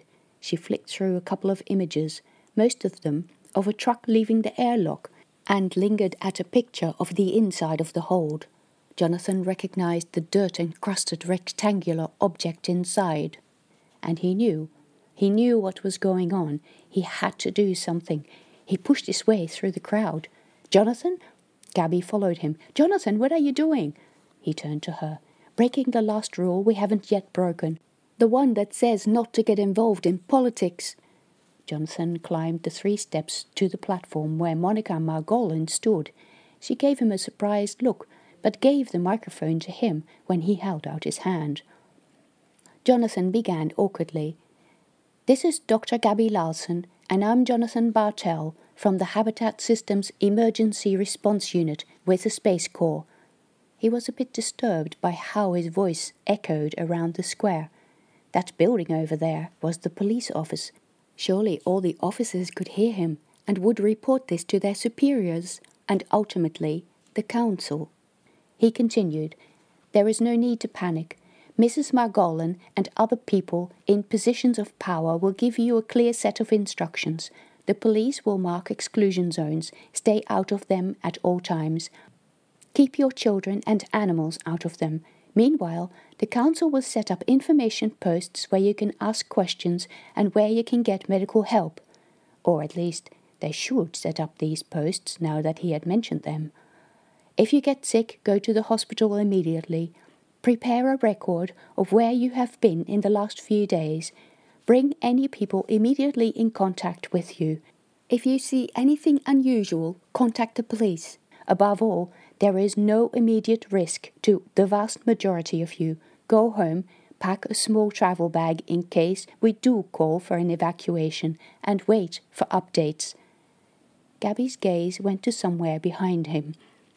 Jonathan looked over his shoulder. The man who stood there was tall and bold. He wore a white shirt, holding his tattooed arms crossed over his chest. Roman Dobrov. He flicked his eyebrows. "We seem to have a new member of the council," he said, his voice dry. He managed to pack so much threat and foreboding in that one sentence that a chill went over Jonathan's back. With that little sentence he said, "What are you doing here, shrimp?" and "Get off my turf," and managed to make it patronizing. Jonathan knew the type of person, people who like to ridicule others to make themselves look better. He said, "I'm doing my job." "Unlike you." "Your job?" "We have a threat to the settlement. It doesn't matter who deals with it, as long as someone deals with it." "You are the threat to the settlement." Jonathan saw red before his eyes. He'd been in a situation like this before, when people tried to intimidate him, and he might not be big and strong, have a shaved head and tattoos on his arms, but he was not going to be intimidated. He lifted the microphone. "Yes," he said slowly, "I'm a threat to the settlement, because I'm going to tell people that we're dealing with a major infection that, as people have already found out, has killed at least one person. I'm a threat because I might tell people that they'll need to evacuate so that the infection can be cleaned up. I'm a threat because the LE board may use that information to close the base entirely. Yes, that may happen." There was some disturbed murmuring amongst the audience. "I understand that you have been trying very hard to keep the base open, and that my work directly opposes yours, which involves extorting money from citizens by letting them work for free in return for not having to pay back your money." A man in the audience shouted, "Pay us a decent wage and let us pay back our loans." A good number of people applauded. Jonathan continued, "Which also includes making bucket loads of money from selling rare elements to the free market, smuggled through the dropping of capsules from the asteroid belt." "That is a lie." Roman's face had gone red. "I'm sure the material collected by undercover police officer Akshay Sharma will tell officials otherwise." Roman looked like he was going to say something. He opened and closed his mouth several times. He said in a low hiss, "You, shrimp, are making the biggest mistake of your very short career." "The only mistake here was made by you. You paid your people so little that they went to look for other ways of making money. But think of it like this. If you hadn't made the mistake, Chances are everyone at Johnson would have been dead. You'd have imported and dismantled the capsule in the big hall in the Sea Dome, spreading the infection to everyone who comes through the hall, which is most of the entire working population of Johnson. So maybe we can be thankful that you made the mistake, because this way we'll live to tell the story. We'll get to clean up the mess, find a cure, apologize, and start again. Roman could say nothing to that. When Monica Margolin took the microphone again, the entire audience broke out in cheers. "I'm guessing I have a pretty good idea who will win the election," Gaby said in a low voice. "Yeah, and it won't be us. We'll be on our way to the next job, and we'll be told off for getting involved with politics." "Don't worry, they do that all the time. That's the public face of the Corps. But then all of a sudden you'll get a message that you've jumped a pay scale or that they're recommending you for promotion." That was reason for hope. A group of police and council officers had arrived, and they finally started putting into practice what Jonathan had suggested. A field station was set up, teams in protective gear were dispatched to close off sections of the base, and emergency accommodation was provided. A few senior officers took Roman into the station, and others had many questions for Jonathan and Gaby. Eventually, Jonathan and Gaby could go to their accommodation. Jonathan had lost track of time, but they were hungry. They ordered some food to be taken to their rooms. They ate in Gaby's room, just so that no one would disturb them. Professor Isaacs was alive and still under sedation, they heard, but Vijay had voluntarily returned to the hospital, which meant that antibodies against the infection existed and could be cultivated. They didn't know whether they would be asked to stay on to coordinate all this, or what would happen to Johnson once the truth about how the council's funds were obtained became wider public knowledge. The future of Johnson Base was also up for discussion. Jonathan hoped that Ellie would sell it and that another company would find a use for it. Maybe it could become a research base for extraterrestrial bacteria. Jonathan did hear, just before going to sleep, that the election would be postponed since many of the candidates, including Roman Dobrov, were under criminal investigation and were no longer eligible. He did hope that someone would be able to provide a real candidate to oppose Monica Margolin, because he wasn't sure she would make a great counsellor either. But all that was no longer his business. In all, the job had been messy and far from easy. That's what happened when you started messing with people, Gaby would say. People made beautiful systems messy. But settlements were nothing without people, and so, before drifting to sleep, Jonathan reflected that his job was about stopping people doing irreversible harm to themselves and their environment.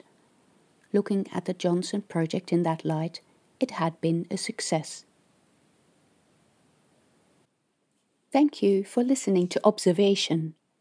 For other books in this series, visit my website, pattyjansen.com.